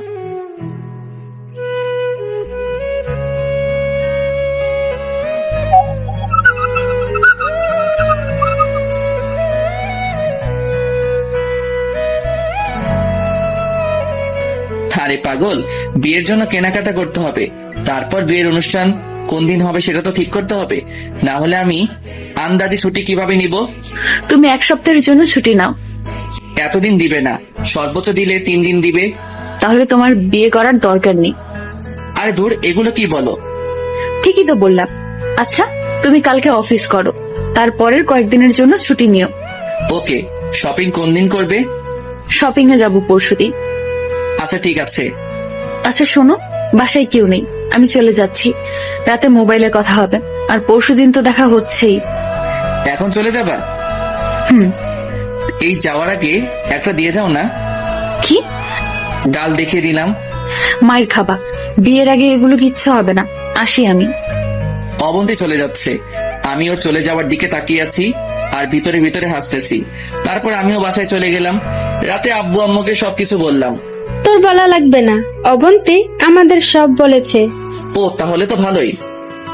তুই ছুটি বেশি করে নিতে পারিস কিনা দেখিস। এটাও বলেছে? বলবে না কেন? ও কি তোর মতো হারামি নাকি? হ্যাঁ, আমি হারামি? আমাদের আদরের হারাম। যা বাবা, তাড়াতাড়ি ঘুমিয়ে যা। তারপর রুমে গিয়ে কিছুক্ষণ অবন্তীর সাথে কথা বললাম। তারপর ঘুমিয়ে গেলাম। ঘুম থেকে উঠে ফ্রেশ হয়ে নাস্তা করে অফিসে চলে গেলাম। সোজা ম্যানেজারের রুমে গেলাম। স্যার আসতে পারি? মিস্টার পারভেজ আসুন। ধন্যবাদ স্যার। কি অবস্থা বলেন? এই তো স্যার আছি মোটামুটি। কিছু বলবেন নাকি? জি স্যার, একটা কথা বলার ছিল। বলেন। স্যার আমার কয়েকদিন ছুটি লাগবে। আমি দরকার হলে পরের দিনগুলোতে কাজ বাড়িয়ে করে দিব। সেটা না হয় বুঝলাম, কিন্তু ছুটি কয়দিনের জন্য চাচ্ছেন? স্যার 1 সপ্তাহ। এতদিন কি করবেন? আসলে স্যার আমার বিয়ে। কনগ্রাচুলেশনস। মাথা নিচু করে বললাম, থ্যাংক ইউ স্যার। তো বিয়ে কখন? আপনার ছুটির উপর নির্ভর করবে। আচ্ছা ঠিক আছে, দিলাম। ধন্যবাদ স্যার। আপনার আর আপনার পুরো ফ্যামিলির দাওয়াত রইল, অবশ্যই আসবেন। স্যার বিয়ের কার্ড এখনো বানানো হয়নি, তাই দিতে পারিনি। আজকে গিয়ে বানাবো, আর প্রথমটা আপনাকে দিব। আচ্ছা ঠিক আছে, দিন। ওকে স্যার, আমি আসি তাহলে। আজকে কি কাজ করবেন? জি স্যার, কালকে থেকে ছুটি কাটাবো। ওকে, যান। তারপর বেরিয়ে গেলাম, নিজের ডেস্কে গিয়ে কাজ করলাম। কাজ শেষ করে বাসায় চলে গেলাম। মনের মধ্যে অন্যরকম একটা আনন্দ বইতেছে। রাতে খেয়ে ঘুমিয়ে গেলাম। সকালে ঘুম থেকে উঠে ফ্রেশ হয়ে নাস্তা করে নিলাম। আয়মানকে কল দিয়ে আমাদের বাসায় আসার জন্য বললাম। আব্বু আম্মুকেও রেডি হতে বললাম। অবন্তীকে কল দিলাম। হ্যালো পারভেজ, তোমার নাম্বার অফ ছিল কেন? রাতে বন্ধ করে ঘুমাইছিলাম। রেডি হইছো? না, হইতেছি। আসার সময় আব্বু আম্মুকে নিয়ে আসিও। আমার কাজিন প্রেমা আসতে চাইছে। ওকে নিয়ে আসো। কোথায় আসবো? গ্র্যান্ড হক টাওয়ারের সামনে আসো, আমরা ওখানে থাকবো। আচ্ছা ঠিক আছে। ওকে। কল কেটে দিয়ে আমিও ফ্রেশ হয়ে রেডি হয়ে গেলাম। তারপর একটা সিএনজি ডেকে আব্বু আর আম্মুকে পিছনে বসতে দিলাম, আমি আর আইমান সামনে দিয়ে বসলাম। তারপর শপিং মলে চলে গেলাম। অনেকক্ষণ ধরে বসে আছি, অবন্তীর আসার কোনো খবর নাই। যাই হোক 30 মিনিট পর ওরা আসলো। বিয়াই বিয়ান একে অপরকে জড়িয়ে ধরলো, কিছুক্ষণ কথাবার্তা বললো। আমারও ইচ্ছা হয়েছিল অবন্তীকে জড়িয়ে ধরি, কিন্তু পাবলিক প্লেসে এগুলো করা যাবে না। যাই হোক তারপর ভিতরে গেলাম। প্রথমে আব্বু আম্মুর জন্য কেনাকাটা শুরু করলাম। আব্বুর জন্য পাঞ্জাবি, পায়জামা, গেঞ্জি, জুতা, আরো কিছু জিনিস কিনলাম। আম্মুর জন্য শাড়ি, ব্লাউজ সহ আরো অনেক কিছু নিয়েছে। শ্বশুর শাশুড়ির জন্য সেম জিনিস নিলাম। তারপর আইমানকে নিতে বললাম, কিন্তু সে নিচ্ছে না। অনেক জোরাজোরি করে একটা পাঞ্জাবি নিলাম, সেম কালারের। আমিও একটা নিলাম। প্রেমাকে বলার আগে কেনাকাটা শুরু করে দিল। আসলে মেয়েদের শখ একটু বেশি, সেটা যদি জামা কাপড়ের উপর হয় তাহলে তো কথাই নাই। প্রেমাও অনেকগুলো জামা নিল। এরপর আমার সিরিয়াল আসলো। আমার জন্য সবকিছু অবন্তী নিজেই চয়েস করলো। আব্বু আম্মুর জন্য অবন্তী চয়েস করলো। আমি অল্প কিছু নিলাম, কারণ টাকাটা হিসাবের মধ্যে রাখতে হবে, পরে যাতে টানাটানি না হয়। এরপর অবন্তীর পালা আসলো। অবন্তী একটা নীল শাড়ি পছন্দ করলো। বিয়েতে কেউ নীল পরে? বিয়েতে তো লাল পরে। আমার নীল পছন্দ। আর কোথাও লেখা আছে যে বিয়েতে শুধু লাল পরতে হবে, অন্য কোনো কালার শাড়ি পরা যাবে না? আচ্ছা ঠিক আছে, যেটা ভালো লাগে সেটাই কিনো। অবধি জিনিস কিনতে কিনতে হয়রান হয়ে গেছি। অন্তত 50টা দোকান গেছে। মেয়েদের যে এত জিনিস লাগে বিয়ে না করলে বুঝতাম না। দীর্ঘ 4 ঘন্টা শেষ। অবন্তীর শপিং শেষ হলো। তারপর সবাই মিলে একটা হোটেলে গিয়ে দুপুরের খাবার খেয়ে নিলাম। এরপর যে যার মতো বাসায় চলে আসলাম। আগামীকাল মেহমানদের দাওয়াত করতে হবে। পরশুদিন গায়ে হলুদ, আর পরের দিন বিয়ে। বাসায় এসে ঘুমিয়ে গেলাম। সারাদিন ঘোরাঘুরির কারণে ক্লান্ত লাগছিল, তাই শোয়ার সাথে সাথেই ঘুম চলে আসলো। পরের দিন ঘুম থেকে উঠে আইমানকে সাথে নিয়ে বিয়ের কার্ড বানাতে গেলাম। তারপর কার্ডগুলো রেডি করে আত্মীয় স্বজন, বন্ধু বান্ধব সবাইকে দাওয়াত দিলাম। আব্বুর হাতে অনেকগুলো কার্ড দিয়ে দিলাম, ওনার পরিচিত যারা আছে তাদের দাওয়াত দেওয়ার জন্য। আইমান ডেকোরেশন করার জন্য সব রকম ব্যবস্থা করা শুরু করে দিল। পরের দিন মানে হলুদের দিন সকাল থেকে বাসা সাজানো শুরু করে দিল। চারপাশে লাইট, ফুল দিয়ে বাসাটা অন্যরকম ভাবে সাজানো হলো। অনেকদিন পর এই বাসায় একটু কোলাহল শুরু হলো। আত্মীয় স্বজনরা এক এক করে আসতে শুরু করলো। আমি আর আইমান বাজারে গেলাম, গিয়ে বাজার করে নিয়ে আসলাম। বিকেল বেলা অবন্তীকে কল দিলাম। কিছুক্ষণ পর অবন্তী কল ধরলো। ওই কল ধরতে এত দেরি করো কেন? ধুর, বইলো না, বাচ্চা কাচ্চা গুলো পুরা পাগল করে দিচ্ছে। আমার সব জিনিস এলোমেলো করে ফেলেছে। ও আই পারভেজ। বলো। কি করো? এতক্ষণ কাজ করলাম, তাই তোমার খবর নিতে পারিনি, তাই এখন কল দিলাম। ও আচ্ছা। তুমি কি করো? এই তো পার্লারে যাব, রেডি হচ্ছি। আমি আসবো? তুমি আসবে কেন? তোমাকে কিভাবে সাজাই দেখবো, আর সাজারে কেমন লাগে সেটাও দেখবো। অত দেখতে হবে না, সারা জীবন দেখছো, ভবিষ্যতেও দেখবা, সো টেনশন করার দরকার নেই। আচ্ছা রাখি, পরে কথা বলবো। কলটা কেটে দিল। বিকাল থেকেই মেহমান আসতে শুরু করে দিয়েছে। একে একে সবাই আসলো। আইমানও ব্যস্ত। কি রে তুই এখানে? আচ্ছা তুই আমাদের বন্ধুদের সবাইকে কল দিয়ে দেখতো ওদের কি অবস্থা, কখন আসবে। আচ্ছা দিতেছি। লিমা আসবে? যা শালা, আমি তো লিমার কথা ভুলেই গেছিলাম। দাঁড়া কল দেই, ও না থাকলে আমার বিয়েও হতো না। লিমাকে কল দিলাম। Hello lima. দোস্ত বল। কি রে তুই আসছিস না? আমি এসে কি করবো? তোরা সেরে নে, আমি না হয় কালকে আসবো। কালকে আসবি মানে? আমি এত কিছু বুঝি না, তুই এক্ষুনি আসবি। কিন্তু আমার সাথে তো সানি আছে। তোর সমস্যা কোথায়? সানিরেও নিয়ে আয়। আচ্ছা ঠিক আছে, নিয়ে আসছি। তাড়াতাড়ি আয়। কল কেটে দিলাম। তারপর আরো কিছু কাজ সেরে নিলাম। সন্ধ্যায় গোসল করে নিলাম। এরপর রেডি হলাম। আইমান আমাকে সাজিয়ে দিল। দুজনে একই পাঞ্জাবি পরলাম। রাত 11টা পর্যন্ত গান বাজনা হলো। আমার বন্ধুরা হাকিম, ফাহাদ, ফারুক, সাদ্দাম সবাই উড়াধুরা নাচলো। ওদের সাথেও আমিও নাচলাম। আসলে নিজের বিয়েতে নিজের নাচার মধ্যে অন্যরকম একটা আনন্দ আছে। কিছুক্ষণ পর লিমা আসলো। আমি ওর সাথে কথা বলে নিলাম। ও সানির সাথে আমার পরিচয় করিয়ে দেয়। তারপর ওদেরকে ভিতরে যেতে বলি। 11টার পর হলুদের কাজ শুরু হলো। শুরুতেই আব্বু আম্মু দুজনে আসলো। আমাকে মিষ্টি খাইয়ে দিয়ে যখন হলুদ মাখতে যাবে তখনই দুজনে কাঁদতে শুরু করলো আমাকে জড়িয়ে ধরে। আমিও নার্ভাস হয়ে গেলাম।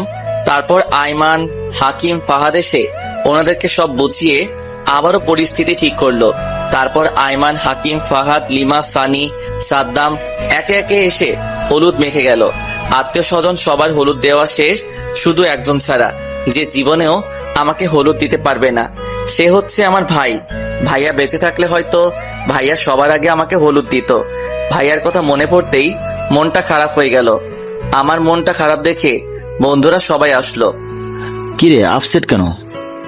এমনি। মামা একটা কাজ কর, কি?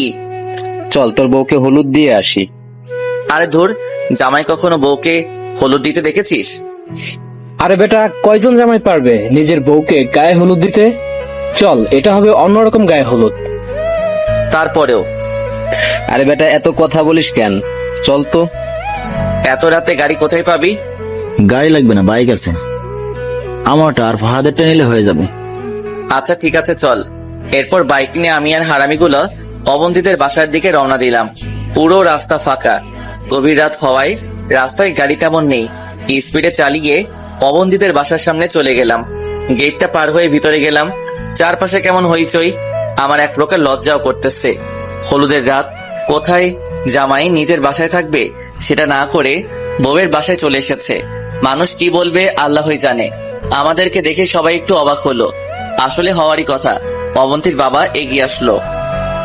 পারভেজ কাকার অনেক ইচ্ছা হয়েছে, সে নাকি অবন্তীকে মানে আপনার মেয়েকে হলুদ লাগাবে। শ্বশুর হাসতে লাগলো। হারামিটা আমাকে জায়গা মতো বাস দিল। শ্বশুর সামনে দিয়ে হাঁটতে লাগলো আর আমরা পিছনে। এই শালা, আমি এসেছি নাকি তোরা নিয়ে আসছিস? ঠিক আছে, চল তাহলে, তোর হলুদ দেওয়া লাগবে না। মানে কি? তাহলে নিয়ে আসলি কেন? এই চুপ থাক, আমরা এই বাড়িতে এসেছি ভালো কোনো মেয়ে আছে কিনা সেটা দেখার জন্য। শালা, এতক্ষণে তোদের মতলব বুঝেছি। দাঁড়া, আমি সবাইকে বলে দিব। তাহলে বলবো তুই বাসা থেকে চুরি করে এখানে এসেছিস, কাউকে না জানিয়ে পিছনের দরজা দিয়ে চোরের মতো বের হয়ে এখানে এসেছিস। ব্ল্যাকমেইল করছিস? এই চুপ থাক, আগে ভিতরে চল। ভিতরে গেলাম।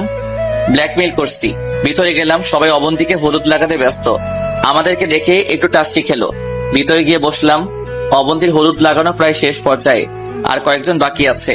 অবন্তীর আত্মীয়রা সবাই এসে আমাদের সাথে কথা বলতে শুরু করলো। যথেষ্ট আপ্যায়ন করা হলো।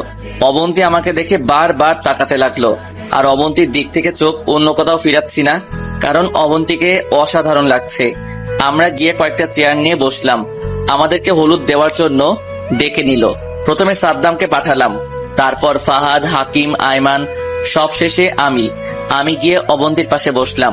কানে কানে বললাম, সারপ্রাইজটা কেমন দিলাম? অবন্তী মুচকি মুচকি হাসছে। একটু পর হাকিম এসে আমার কানে কানে বলল, বাটির মধ্যে যতগুলো হলুদ আছে সবগুলো একসাথে মাখবি। যদি একটু কম হয় তাহলে এখানে চিৎকার দিয়ে এমন বাস দিব কল্পনাও করতে পারবি না। আমি পুরো আবুল হয়ে গেলাম। বাকি হারামিগুলার দিকে তাকালাম, ওরা ইশারায় সেটা করতে বলল। কি করব বুঝতে পারছি না। এমন সময় অবন্তী একটা মিষ্টি আমার মুখের সামনে তুলে ধরে, আমার দিকে তাকিয়ে মুচকি একটা হাসি দিল। আমি খেয়ে নিলাম, তারপর ওরেও খাইয়ে দিলাম। তারপর অবন্তী অল্প একটু হলুদ নিয়ে আমার মুখে আর গলায় মেখে দেয়।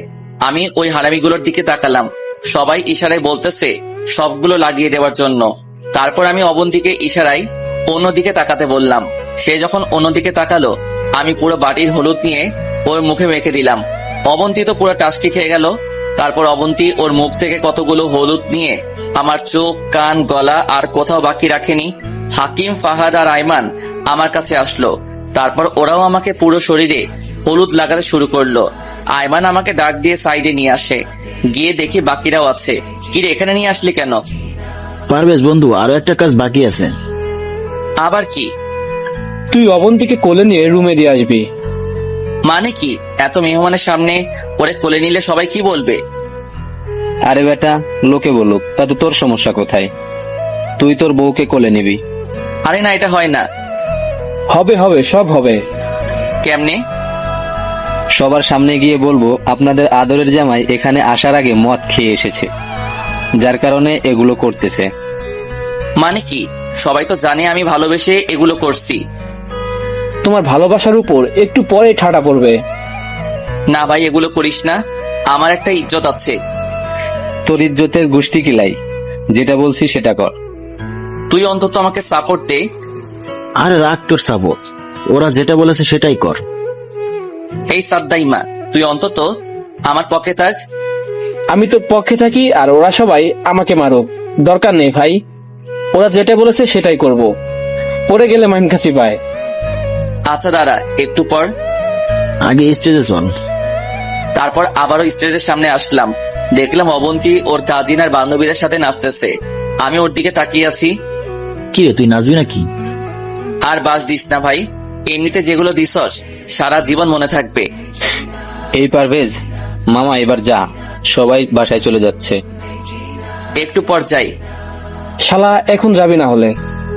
না না ভাই যাচ্ছি। শালা তোরা বন্ধু নামে শত্রু, এত সুন্দর করে সাজিয়ে আমাকে বাস দিবে কল্পনাও করিনি। যাই হোক, 500 গ্রাম সাহস নিয়ে অবন্তীর সামনে গেলাম। সে আমাকে ইশারায় জিজ্ঞেস করলো কি। আমি কোনো উত্তর না দিয়ে ওরে একটা টান দিতেই কোলে তুলে নিলাম। বিয়ে বাড়ি সবাই তো আমার দিকে তাকিয়ে আছে। এদিকে আইমান, হাকিম, ফাহাদ তালি দেওয়া শুরু করলো।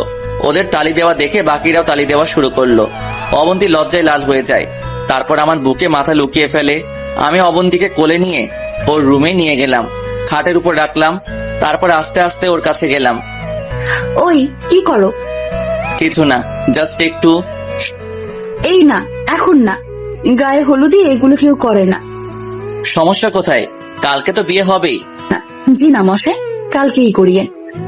আজকে এখানে থেকে যাই? কোনো দরকার নেই, আজকে চলে যাও, কালকে তো দেখা হচ্ছে।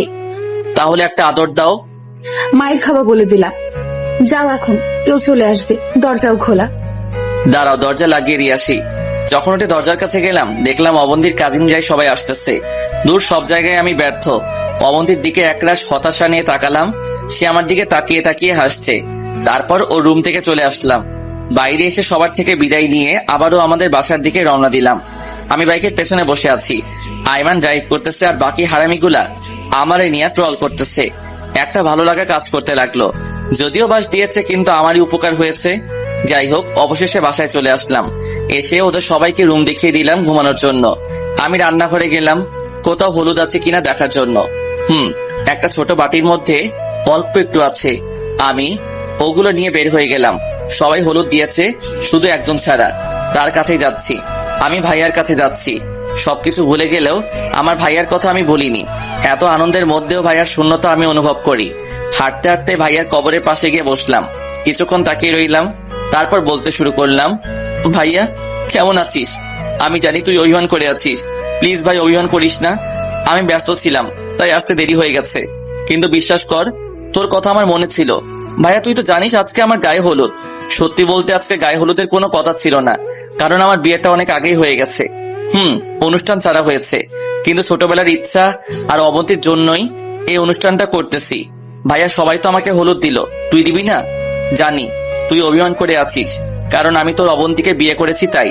কিন্তু বিশ্বাস কর, আমি জীবনেও কল্পনা করিনি এমনটা হয়ে যাবে। আমারও ইচ্ছা ছিল তোর মতো ভালো চাকরি পেয়ে তারপর মেয়ে দেখে বিয়ে করব, তোদের পছন্দের মেয়েকে বিয়ে করব, এটাই ইচ্ছা ছিল। আমি সবসময় ভাবতাম আমার বিয়েতে তুই কি পরিমাণ ব্যস্ত থাকবি। তোর মনে আছে ভাইয়া, তোর বিয়েতে সবার শেষে আমি তোকে হলুদ দিয়েছিলাম আর পুরো বাটি দিয়ে দিয়েছিলাম, তুইও আমাকে দিয়েছিলি। তারপর আমাকে জড়িয়ে ধরে ঘুমিয়েছিস। আজকে যখন আমি অবন্তীকে পুরো হলুদ মেখে দিলাম, তখন অবন্তীর চেহারায় আমি তোকে দেখেছিলাম। জানিস ভাইয়া, আমার বুক ফেটে কান্না আসতেছিল, কিন্তু কাউকে কিছু বুঝতে দেইনি। ভাইয়া তুই তো আমাকে হলুদ দিতে যাসনি, তাই আমি চলে আসছি। দিবি না ভাইয়া আমাকে হলুদ? দেখ সত্যি আমি আসছি। নিবি না আমাকে বুকে জড়িয়ে? ডাকবি না পারভেজ বলে? আর একবার ডাক না ভাইয়া, তোর মুখ থেকে আবার পারভেজ ডাকটা শুনতে চাই। দে না ভাইয়া আমাকে একটু হলুদ লাগিয়ে, অল্প একটু দে ভাইয়া। আচ্ছা তোর দেওয়া লাগবে না, আমি তোকে লাগিয়ে দিচ্ছি। তারপর বাটি থেকে হলুদগুলো নিয়ে কবরের উপরে ভাইয়ার মুখ বরাবর মেখে দিলাম। না পারলাম না আর চোখের পানি ধরে রাখতে। চোখের সামনে সবকিছু ঝাপসা দেখতে লাগলাম। আমি ভাইয়ার কবরের কাছে বসে আছি, এমন সময় আব্বু কল দিল। কিরে, কোথায় তুই? এই তো বাইরে আসছি। একটু পর ফজরের আজান দিবে, তুই বাইরে কি করিস? তাড়াতাড়ি বাসায় আয়। আসছি। কল কেটে দিল। আমি ভাইয়ার পাশে আরো কিছুক্ষণ বসে রইলাম। তারপর উঠে বাসার দিকে হাঁটতে শুরু করলাম, কিন্তু মনে হচ্ছে ভাইয়া আমাকে যেতে দিচ্ছে না, পেছন থেকে টানতেছে। আসলে আমার ভাইয়া আমাকে যেতে দিচ্ছে না, কারণ আমি জানি এখানে আমার ভাইয়া খুব একা। যে ভাই বাসায় থাকতে আমাকে ছাড়া ঘুমাতো না, রাতে কোথাও গেলে আমাকে সাথে নিয়ে যেত, ভূতের ভয়ে বেশি রাতে বাসার বাইরে যেত না, সেই ভাই এখানে একা একা কি করে থাকবে? আমি স্বার্থপরের মতো হাঁটা দিলাম। ভাইয়ার কথা যত মনে পড়ছে ততই চোখ দিয়ে পানি বের হচ্ছে। অতঃপর আমি বাসায় চলে আসলাম। বাবার সাথে কথা বলে নিলাম। বাবা হয়তো বুঝতে পেরেছে আমি কোথায় গিয়েছি, কারণ পাঞ্জাবিতে মাটি লেগে আছে। বাবা কিছুক্ষণ তাকিয়ে থাকলো, ওনার চোখেও আমি স্পষ্ট পানি দেখলাম। তারপর বলল, যা বাবা, অনেক রাত হয়েছে, ঘুমিয়ে পড়। আমি কোনো কথা না বলে রুমে গিয়ে আইমানের পাশে ঘুমিয়ে গেলাম। সকালে ঘুম ভাঙলো অবন্তীর কলে। কি ব্যাপার, নতুন জামাই ঘুমাচ্ছে নাকি? ভালো ভালো, এখন উঠে যাও, অনেক কাজ আছে। রেডি হবে কখন? মাত্র উঠলাম, কিছুক্ষণ পর পার্লারে যাব, সেখান থেকে সোজা কমিউনিটি সেন্টারে। আচ্ছা ঠিক আছে। তাড়াতাড়ি উঠে যাও, আব্বু আম্মুকে একটু হেল্প করো। ওকে। আচ্ছা রাখি এখন। অবন্তী কল কেটে দিল। আমি হারামিগুলার দিকে তাকালাম। একটা শরীর খাটে, পা ফ্লোরে, সাদ্দাম হা করে আছে, হাকিমের লুঙ্গি মাথার উপরে উঠে গেছে। আইমানের মোবাইলটা নিয়ে সবার একটা ছবি তুললাম। শালারা এতদিন আমাকে বাস দিয়েছে, এবার দেখ আমি তোদের কিভাবে বাস দেই। ছবি তুলে ওদেরকে ডেকে দিলাম। আমি চলে গেলাম ফ্রেশ হতে। বাইরে এসে দেখি সবাই উঠে গেছে। আমি গিয়ে নাস্তা করে আবার রুমে আসলাম। কমিউনিটি সেন্টারে কল দিলাম কি অবস্থা জানার জন্য। সেখানে আব্বু আর মামা আছে। যাক, তাহলে আর সমস্যা নাই। হারামিগুলা এখনো ঘুমাচ্ছে। লাথি দিয়ে সবাইকে তুললাম। ওরা উঠে গেল, নাস্তা করে নিল। লিমা আর সানিকে দেখতেছি না, তাই কল দিলাম। কিরে, কই তোরা? আমরা তো কালকে রাতেই চলে আসছি, তোকে খুঁজছিলাম কিন্তু কোথাও পাইনি, পরে আঙ্কেল আন্টিকে বলে চলে আসছি। ও আচ্ছা, তো এখন চলে আয়। না রে, আমরা সেন্টারে থাকবো। আচ্ছা ঠিক আছে, তাড়াতাড়ি আসিস। হারামিগুলা নাস্তা করে আসলো। পারভেজ, বল। তোর তো দুলাভাই নাকি? না, কেন? তোরে গোসল দেওয়ার জন্য। আমার গোসল কেন দুলাভাই দিবে? আরে বিয়ের গোসল দুলাভাই দেয়। আমারটা আমি দিব। চল, আমরা দিয়ে দিচ্ছি। তোরা কেন দিবি? চুপ থাক, চল এখন। ওরা জোর করে নিয়ে গেল। তারপর টাউটারি করতে করতে গোসলটা শেষ করলো। রুমে এসে ফাটাফাটি করে রেডি করে দিল। আয়না নিজেকে দেখে নিজেই ক্রাশ খেলাম। কিছুক্ষণ পরে এই হারামিগুলো আমার সামনে এসে হাত পেতে দাঁড়িয়ে আছে। কিরে, কি হইছে? টাকা দে। কিসের টাকা? গোসল করলাম যে। অদ্ভুত, গোসল করালে টাকা দিতে হবে নাকি? আমার কাছে কোনো টাকা নাই। টাকা দিবি নাকি তোকে জায়গা মতো বাস দিব? আরে তুই বাস দিবি, আমি তোদেরকে বাস দিব। তা কি করে দেখি তো তুই কি বাস দিস। আমি আইমানের কাছ থেকে মোবাইলটা নিয়ে হাকিমের লুঙ্গি ওঠা ছবিটা দেখালাম। ওরা তো হাসতে হাসতে শেষ। টাকা আর নিবি? তারপর সবাই রেডি হলো। আমি আর বন্ধুরা সবাই মেহমানদেরকে গাড়িতে উঠিয়ে দিলাম। সবার শেষে আমি আর হারামিগুলা একসাথে গেলাম। আমি গিয়ে বসে আছি, কিন্তু অবন্তীর কোনো খবর নাই। কল দিলাম, সে নাকি এখনো পার্লারে। মেয়েদের এত কিসের সাজ আল্লাহ ভালো জানে। খাওয়া দাওয়া শুরু হলো। হারামিগুলা আমাকে রেখে খেতে বসে গেল। ওদের খাওয়া দেখে আমারও খেতে ইচ্ছে করছে, কিন্তু দুলা তো খাওয়ার সিস্টেম নাই। প্রায় 1 ঘন্টা 35 মিনিট পর অবন্তীকে নিয়ে আসলো। আমি ওরে দেখে হা করে তাকিয়ে আছি। আইমান এসে একটা টোকা দিয়ে বলল। আমি গিয়ে অবন্তীর পাশে বসলাম। অবন্তী আমার কানের কাছে ওর মুখ এনে বলল, এই যে মিস্টার পারভেজ। জি ম্যাম, বলেন। তোমার খবর আছে। কেন, আমি কি করেছি? তুমি অন্য মেয়ের দিকে তাকাইছো কেন? আরে আজব, আমি কখন তাকালাম? আমি নিজের চোখে দেখেছি। দাঁড়া, বিয়েটা শেষ হোক, তারপর তোমার 12টা বাজাবো। ওকে ম্যাম, দেখা যাবে। আপনি আমার 12টা বাজান নাকি আমি আপনার 12টা বাজাই? দেখবো। আব্বু আম্মুর ইচ্ছার কথা মনে আছে? অবন্তী লজ্জায় আরো লাল হয়ে যায়। আমি অন্যদিকে তাকিয়ে হাসছি। একটু পর বড় প্লেটে করে খাবার নিয়ে আসা হলো। আমি অবন্তীকে খাইয়ে দিচ্ছি, অবন্তী আমাকে খাইয়ে দিচ্ছে। আহ, কি এক ভালো লাগা, সেটা ভাষায় প্রকাশ করার মতো না। এত আনন্দ বিয়েতে আগে জানা ছিল না। খাওয়া দাওয়া শেষ। আমাদের আবার বিয়ে পড়ানো হবে না, কারণ আমরা আগে থেকে স্বামী স্ত্রী। আগে যেহেতু কালিমা পড়ে আল্লাহকে সাক্ষী রেখে অবন্তীকে বিয়ে করেছি, এখন নতুন করে এগুলো লাগবে না। শুধু অনুষ্ঠানটা করে নিলাম। এরপর শুরু হলো ছবি তোলা। যদিও এর মধ্যে কয়েক হাজার ছবি ওঠানো হয়ে গেছে। ছবি তোলা শেষে আমি আর অবন্তী সবার সাথে কথা বলে নিলাম। একেবারে শেষ মুহূর্তে অবন্তীকে গাড়িতে তোলা হচ্ছে। আমি একটু দূরে দাঁড়িয়ে আছি। হারামিগুলা আসলো আমার কাছে। তা বন্ধু, বল। অবন্তীকে দেখা রাখিস, বেশি কিছু করিস না। অবন্তী তোর ভাবে লাগে, সো রেসপেক্ট দিয়ে সবকিছু করবি। আরে হারামখোর, ভাবি আগে ছিল, এখন তো বউ। তবুও ভাবির দৃষ্টিতে দেখিস। চুপ থাক হারামি। ওই পারভেজ, তুই গাড়িতে যা, অবন্তী উঠে গেছে। আচ্ছা ঠিক আছে, তোরা অন্য গাড়িতে বাসায় চলে আয়, আসলে দেখা হবে। আচ্ছা ঠিক আছে, যা। তারপর আমি গাড়িতে গিয়ে বসলাম, অবন্তীর সাথে একদম গা লাগিয়ে বসলাম। আই, আরো দূরে যাও। কেন, সমস্যা কি? ড্রাইভার আর ওরা দেখতেছে। দেখলে দেখুক, আমার কি? আমি আমার বউয়ের সাথে কিভাবে বসবো সেটা আমি বুঝবো। আমি অবন্তীর একটা হাত ধরলাম, ও আমার দিকে তাকিয়ে একটা হাসি দিল। গাড়ি চলছে তার আপন মনে। আমি অবন্তীর হাত ধরে স্বপ্নে হারিয়ে গেলাম। অনেকক্ষণ পর বাসায় আসলাম। আমার এক খালাতো ভাইয়ের বউ অবন্তীকে কোলে করে বাসায় নিয়ে যায়। আমি বের হয়ে ড্রেস চেঞ্জ করে বাইরে চলে আসলাম। তারপর হাকিম, ফাহাদ, আয়মান আর সাদ্দাম ওদের সাথে বাইরে বের হলাম। রাত 9টার সময় সবাই বাসায় আসলাম। এসে খাওয়া দাওয়া করে সবাই ছাদে চলে গেলাম। অনেকক্ষণ আড্ডা দিলাম। 10টার দিকে আব্বু ছাদে আসলো। পারভেজ, তুই এখানে? জি আব্বু। এত রাতে এখানে কি করিস? এই তো ওদের সাথে বসে আছি। আচ্ছা, এবার রুমে যা, অবন্তী অনেকক্ষণ ধরে বসে আছে। আচ্ছা যাচ্ছি, আপনি নিচে যান, আমি আসছি। তাড়াতাড়ি আয়। আব্বু চলে গেল। হারামিগুলা আমারে নিয়ে ট্রল করতে শুরু করে দিল। যা বন্ধু যা, এই যুদ্ধে তুই যেন জয়ী হতে পারিস, এই দোয়াই রইল। পানি লাগলে আমাকে বলিস। সবকিছু ঠিকভাবে করিস। পারভেজ, বন্ধু তো লাইফটা অনেক দারুণ, 2বার বাসর, তাও আবার একই বউয়ের সাথে। আমি মনে মনে বললাম, ওটা বাসর ছিল না, আমার লাইফের সবচেয়ে বড় বাস ছিল। আচ্ছা তোরা যা, ঘুমিয়ে পড়, আজকে অনেক খাটাখাটি করেছিস। আরে আমরা কি করেছি, করবি তো তুই এখন। দূর শালা, তোদের সাথে কোনো কথাই নাই। আমি নিচে চলে আসলাম। রুমের সামনে গিয়ে দরজায় হাত দিব, এমন সময় ভাইয়ার কথা মনে পড়ে গেল। আজকে তো আমি ভাইয়ার সাথে দেখা করিনি। দরজার সামনে থেকে নিজেকে ঘুরিয়ে নিলাম, বের হয়ে হাঁটা দিলাম ভাইয়ার কাছে। ভাইয়ার কবরের পাশে গিয়ে বসলাম। ভাইয়া কেমন আছিস? প্লিজ রাগ করিস না, আমার আসতে দেরি হয়ে গেল। তুই আবার এটা ভাবিস না আমি বিয়ে করে তোকে ভুলে গেছি। আরে পাগল, তুই সবসময় আমার পাশেই আছিস।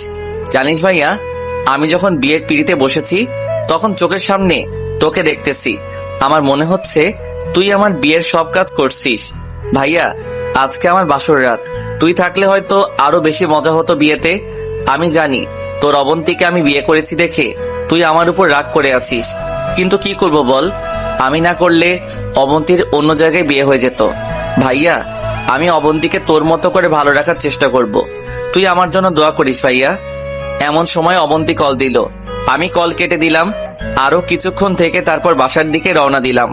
বাসায় ঢুকে যেই রুমের দিকে পা বাড়ালাম তখনই লিমা আর সানি আমার পথ আটকে দাঁড়ালো। এই যে মিস্টার জুয়েল, কোথাও যাওয়া হচ্ছে? তোর ভাবি অনেকক্ষণ ধরে বসে আছে। কিন্তু আমাদের পাওনা? তোর আবার কিসের পাওনা? বাহ, ভুলে গেলি। এই যে এত কষ্ট করে আপনার বাসর ঘর সাজালাম, সেটার পাওনা। লিমা বোন আমার, সানি ভাই, আমাকে মাফ করে দে, এখন অন্যদিন ডাবল দিব। জি না মিস্টার, এখন মাফ করা যাবে না। আচ্ছা এই নে, 50 টাকা দিলাম। এটা কি দিলি? তোদের বকশিস। ফকিন্নি, 5000-এর কমে 1 টাকাও নিব না। ইন্না লিল্লাহি ওয়া ইন্না ইলাইহি রাজিউন। এটা কি বললি? পুরো বিয়েতেও তো 5000 খরচ হয়নি, আর বাসর ঘরের জন্য 5000 দিব? জি ভাইয়া, বাসর ঘরটাই তো আসল। শালা মাইনকার চিপায় পড়ে গেলাম। পরে 1000 দিয়ে কোনো মতে ভিতরে গেলাম। যাক, আল্লাহ বাঁচাইছে। ভিতরে গেলাম, দেখলাম অবন্তী গাল ফুলিয়ে বসে আছে। আমি জানি দেরি করার কারণে এমন ভাবে গাল ফুলিয়ে রাখছে। আমি ওর সামনে গিয়ে বললাম, এই সরি। তোমার কোনো ক্ষমা নাই। এই সরি বললাম তো। আচ্ছা যাও, কান ধরলাম। উঠবস করো। এই না প্লিজ, এটা করো না। তাহলে তোমার সাথে কথা নাই। প্লিজ কথাটা শোনো। কি শুনবো? এতক্ষণ কোথায় ছিলা? যদি সত্যিটা বলি, আমি ভাইয়ার কাছে গিয়েছিলাম, তাহলে অবন্তীর মনটা খারাপ হয়ে যাবে, হয়তো ভাইয়ার স্মৃতিগুলো মনে পড়ে যাবে। তাই বললাম, আরে ওই হারামিগুলোর সাথে ছিলাম, আসতে দিচ্ছিল না। তারপর এখানে আসার সময় লিমা আর সানি আক্রমণ করে। সবকিছু ঠিকঠাক করে আসতে একটু সময় লেগে গেছে। প্লিজ এবারের মতো মাফ করে দাও, আর হবে না। মনে থাকে যেন। এই রুমের বাইরে যাও। বাইরে কেন? আমি কাপড় চেঞ্জ করব। তো আমার সামনে করলে সমস্যা কি? তুমি বাইরে যাবে নাকি মায়ের খাবে? আচ্ছা বাবা, যাচ্ছি। বাইরে চলে এলাম, প্রায় 10 মিনিট হবে, কিন্তু এখনো দরজা খুলছে না। আমি কল দিলাম, এই কি হলো? আর 2 মিনিট। দূর, বাসর ঘর এমন হয় নাকি? বিরক্ত লাগছে। আরো 7 মিনিট, মোট 17 মিনিট পর অবন্তী দরজা খুলে দিল। আমি ভিতরে গেলাম, অবন্তী পাশে গিয়ে বসলাম। একটা হালকা নীল রঙের শাড়ি পরে নিল, একটু অন্যরকম লাগছে। আই, তোমার অজু আছে? ছিল, বাট এখন নেই। যাও অজু করে আসো। আমি ওয়াশরুমে গিয়ে অজু করে নিলাম। যখন অবন্তীর সামনে আসলাম, তখন অবন্তী পা ছুঁয়ে সালাম করতে যাবে, এমন সময় আমি ওর হাতটা ধরে ফেললাম। ওর বুকে জড়িয়ে বললাম, তোমার জায়গা পায়ে নয়, আমার এই বুকে। আসো 2 রাকাত নামাজ পড়ে নেই। তারপর দুজনে নামাজ পড়ে নিলাম। আমি গিয়ে খাটের উপর বসলাম। অবন্তীও আমার পাশে এসে বসলো। এই, আমার খুব ঘুম পাচ্ছে। এত মাইর দেব। আজকে ঘুমটুম কিচ্ছু হবে না। আজকে সারা রাত গল্প করব। এত গল্প কোথায় থেকে আসবে? চুপচাপ শুনতে থাকো। এইভাবে গল্প শুনে মজা নাই। তো কিভাবে শুনবে? এই যে মনে করো আমি কারো কোলে মাথা রেখে শুয়ে থাকবো, আর সে আমার মাথায় হাত বুলাতে বুলাতে গল্প করবে। অবন্তী মুচকি হাসলো। আমি ওর কোলে মাথা রেখে শুয়ে গেলাম, আর অবন্তী আমার মাথায় হাত বুলাতে বুলাতে আমাদের ভবিষ্যতের স্বপ্নগুলো বলতে শুরু করলো। অনেকক্ষণ পর আমি উঠলাম। তারপর অবন্তীর একটা হাত ধরে বললাম, মনে আছে কি? আব্বু আম্মুর ইচ্ছে? আই জুয়েল, না, একদম না। আমি অবন্তীর কোনো কথা না শুনে ওর হাত ধরে একটা টান দিলাম। সাথে সাথে আমার সামনে চলে আসলো। আমি একটু একটু আগাচ্ছি, আর অবন্তী পিছাচ্ছে। ওর ঠোঁটগুলো কাঁপতেছে। আমি আস্তে আস্তে ওর মুখের কাছে গেলাম। তারপর 4 ঠোঁট এক হয়ে গেল।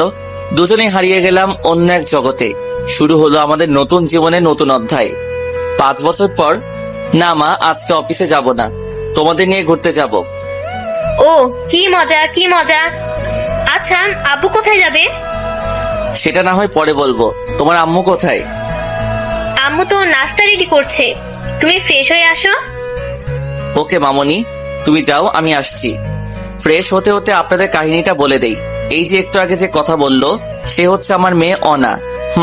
আমাদের কন্যা সন্তান হয়েছে। অনার চেহারাটা ভাইয়ার সাথে প্রায় মিল। ওর মধ্যে আমরা ভাইয়াকে খুঁজে পাই। এই 5 বছরে অনেক কিছুই পরিবর্তন হয়ে গেছে। আমি আর অবন্তী একসাথে মাস্টার্স কমপ্লিট করি। তারপর আমি আগের অফিস, মানে লিমাদের ওখান থেকে ভালো একটা অফিসে ম্যানেজার পদে চাকরি পাই। ইচ্ছা ছিল লিমাদের ওখানেই থেকে যাব। আমাদের বিয়ের কিছুদিন পর লিমারও বিয়ে হয়ে যায় সানির সাথে।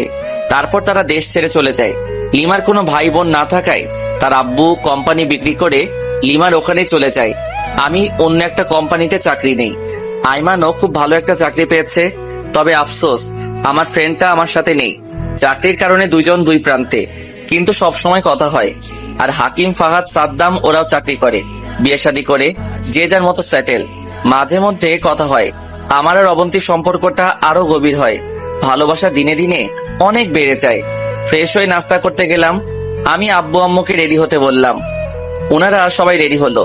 তারপর নিজেই গাড়ি ড্রাইভ করে ওনাদেরকে ঘুরানোর জন্য নিয়ে গেলাম। আসলে আমি ভাইয়ার কাছে যাচ্ছি। আমি গাড়ি নিয়ে সোজা ভাইয়ার কবরের পাশে গেলাম। আমরা সবাই গাড়ি থেকে নামলাম। নেমে ভাইয়ার কবর জিয়ারত করলাম। অনা বলল, আব্বু এখানে কি? এখানে তোমার বড় আব্বু আছে। ওনাকে বলো না আমাদের সাথে ঘুরতে বের হতে। আম্মু বলেছি রাতের বেলা আমাদের বাসায় আসবে। আব্বু আম্মু আর অবন্তীর দিকে তাকিয়ে দেখি ওদের চোখে পানি এসে গেছে। হয়তো ভাইয়া থাকলে আমাদের ফ্যামিলিটা আরো সুন্দর হতো। আজকে সব আছে আমার, টাকা আছে, সুখ আছে, ফ্যামিলি আছে, সম্মান আছে, কিন্তু নেই শুধু আমার কলিজার ভাইটা। যদি আমার জীবনের বিনিময়ে ভাইয়াটা আবার ফিরে আসতো, তাহলে হাসতে হাসতে জীবনটা দিয়ে দিতাম। নিজেকে সান্ত্বনা দিতাম, আমার ভাই, আমার কলিজা আবার ফিরে এসেছে আমাদের মাঝে। কবর থেকে হয়তো আমার ভাই বলতেছে, জুয়েল কাঁদিস না ভাই, আমাদের আবার দেখা হবে, খুব শীঘ্রই দেখা হবে। ইহকালে না হোক পরকালে দেখা হবে। তখন আমরা আবার একসাথে কাঁধে কাঁধ মিলিয়ে ঘুরবো, কাটাবো অনেকটা সময় তোর কাছে, বসবো দুজন একসাথে। ভালো থাকবি সব সময়, দেখে রাখবি আব্বু আম্মুকে, আর সুখে রাখবি আমার মামনি অনাকে, সাথে তোর অবন্তীকে। ভাই ভাই সম্পর্কটা থাকবে চিরকাল অটুট হয়ে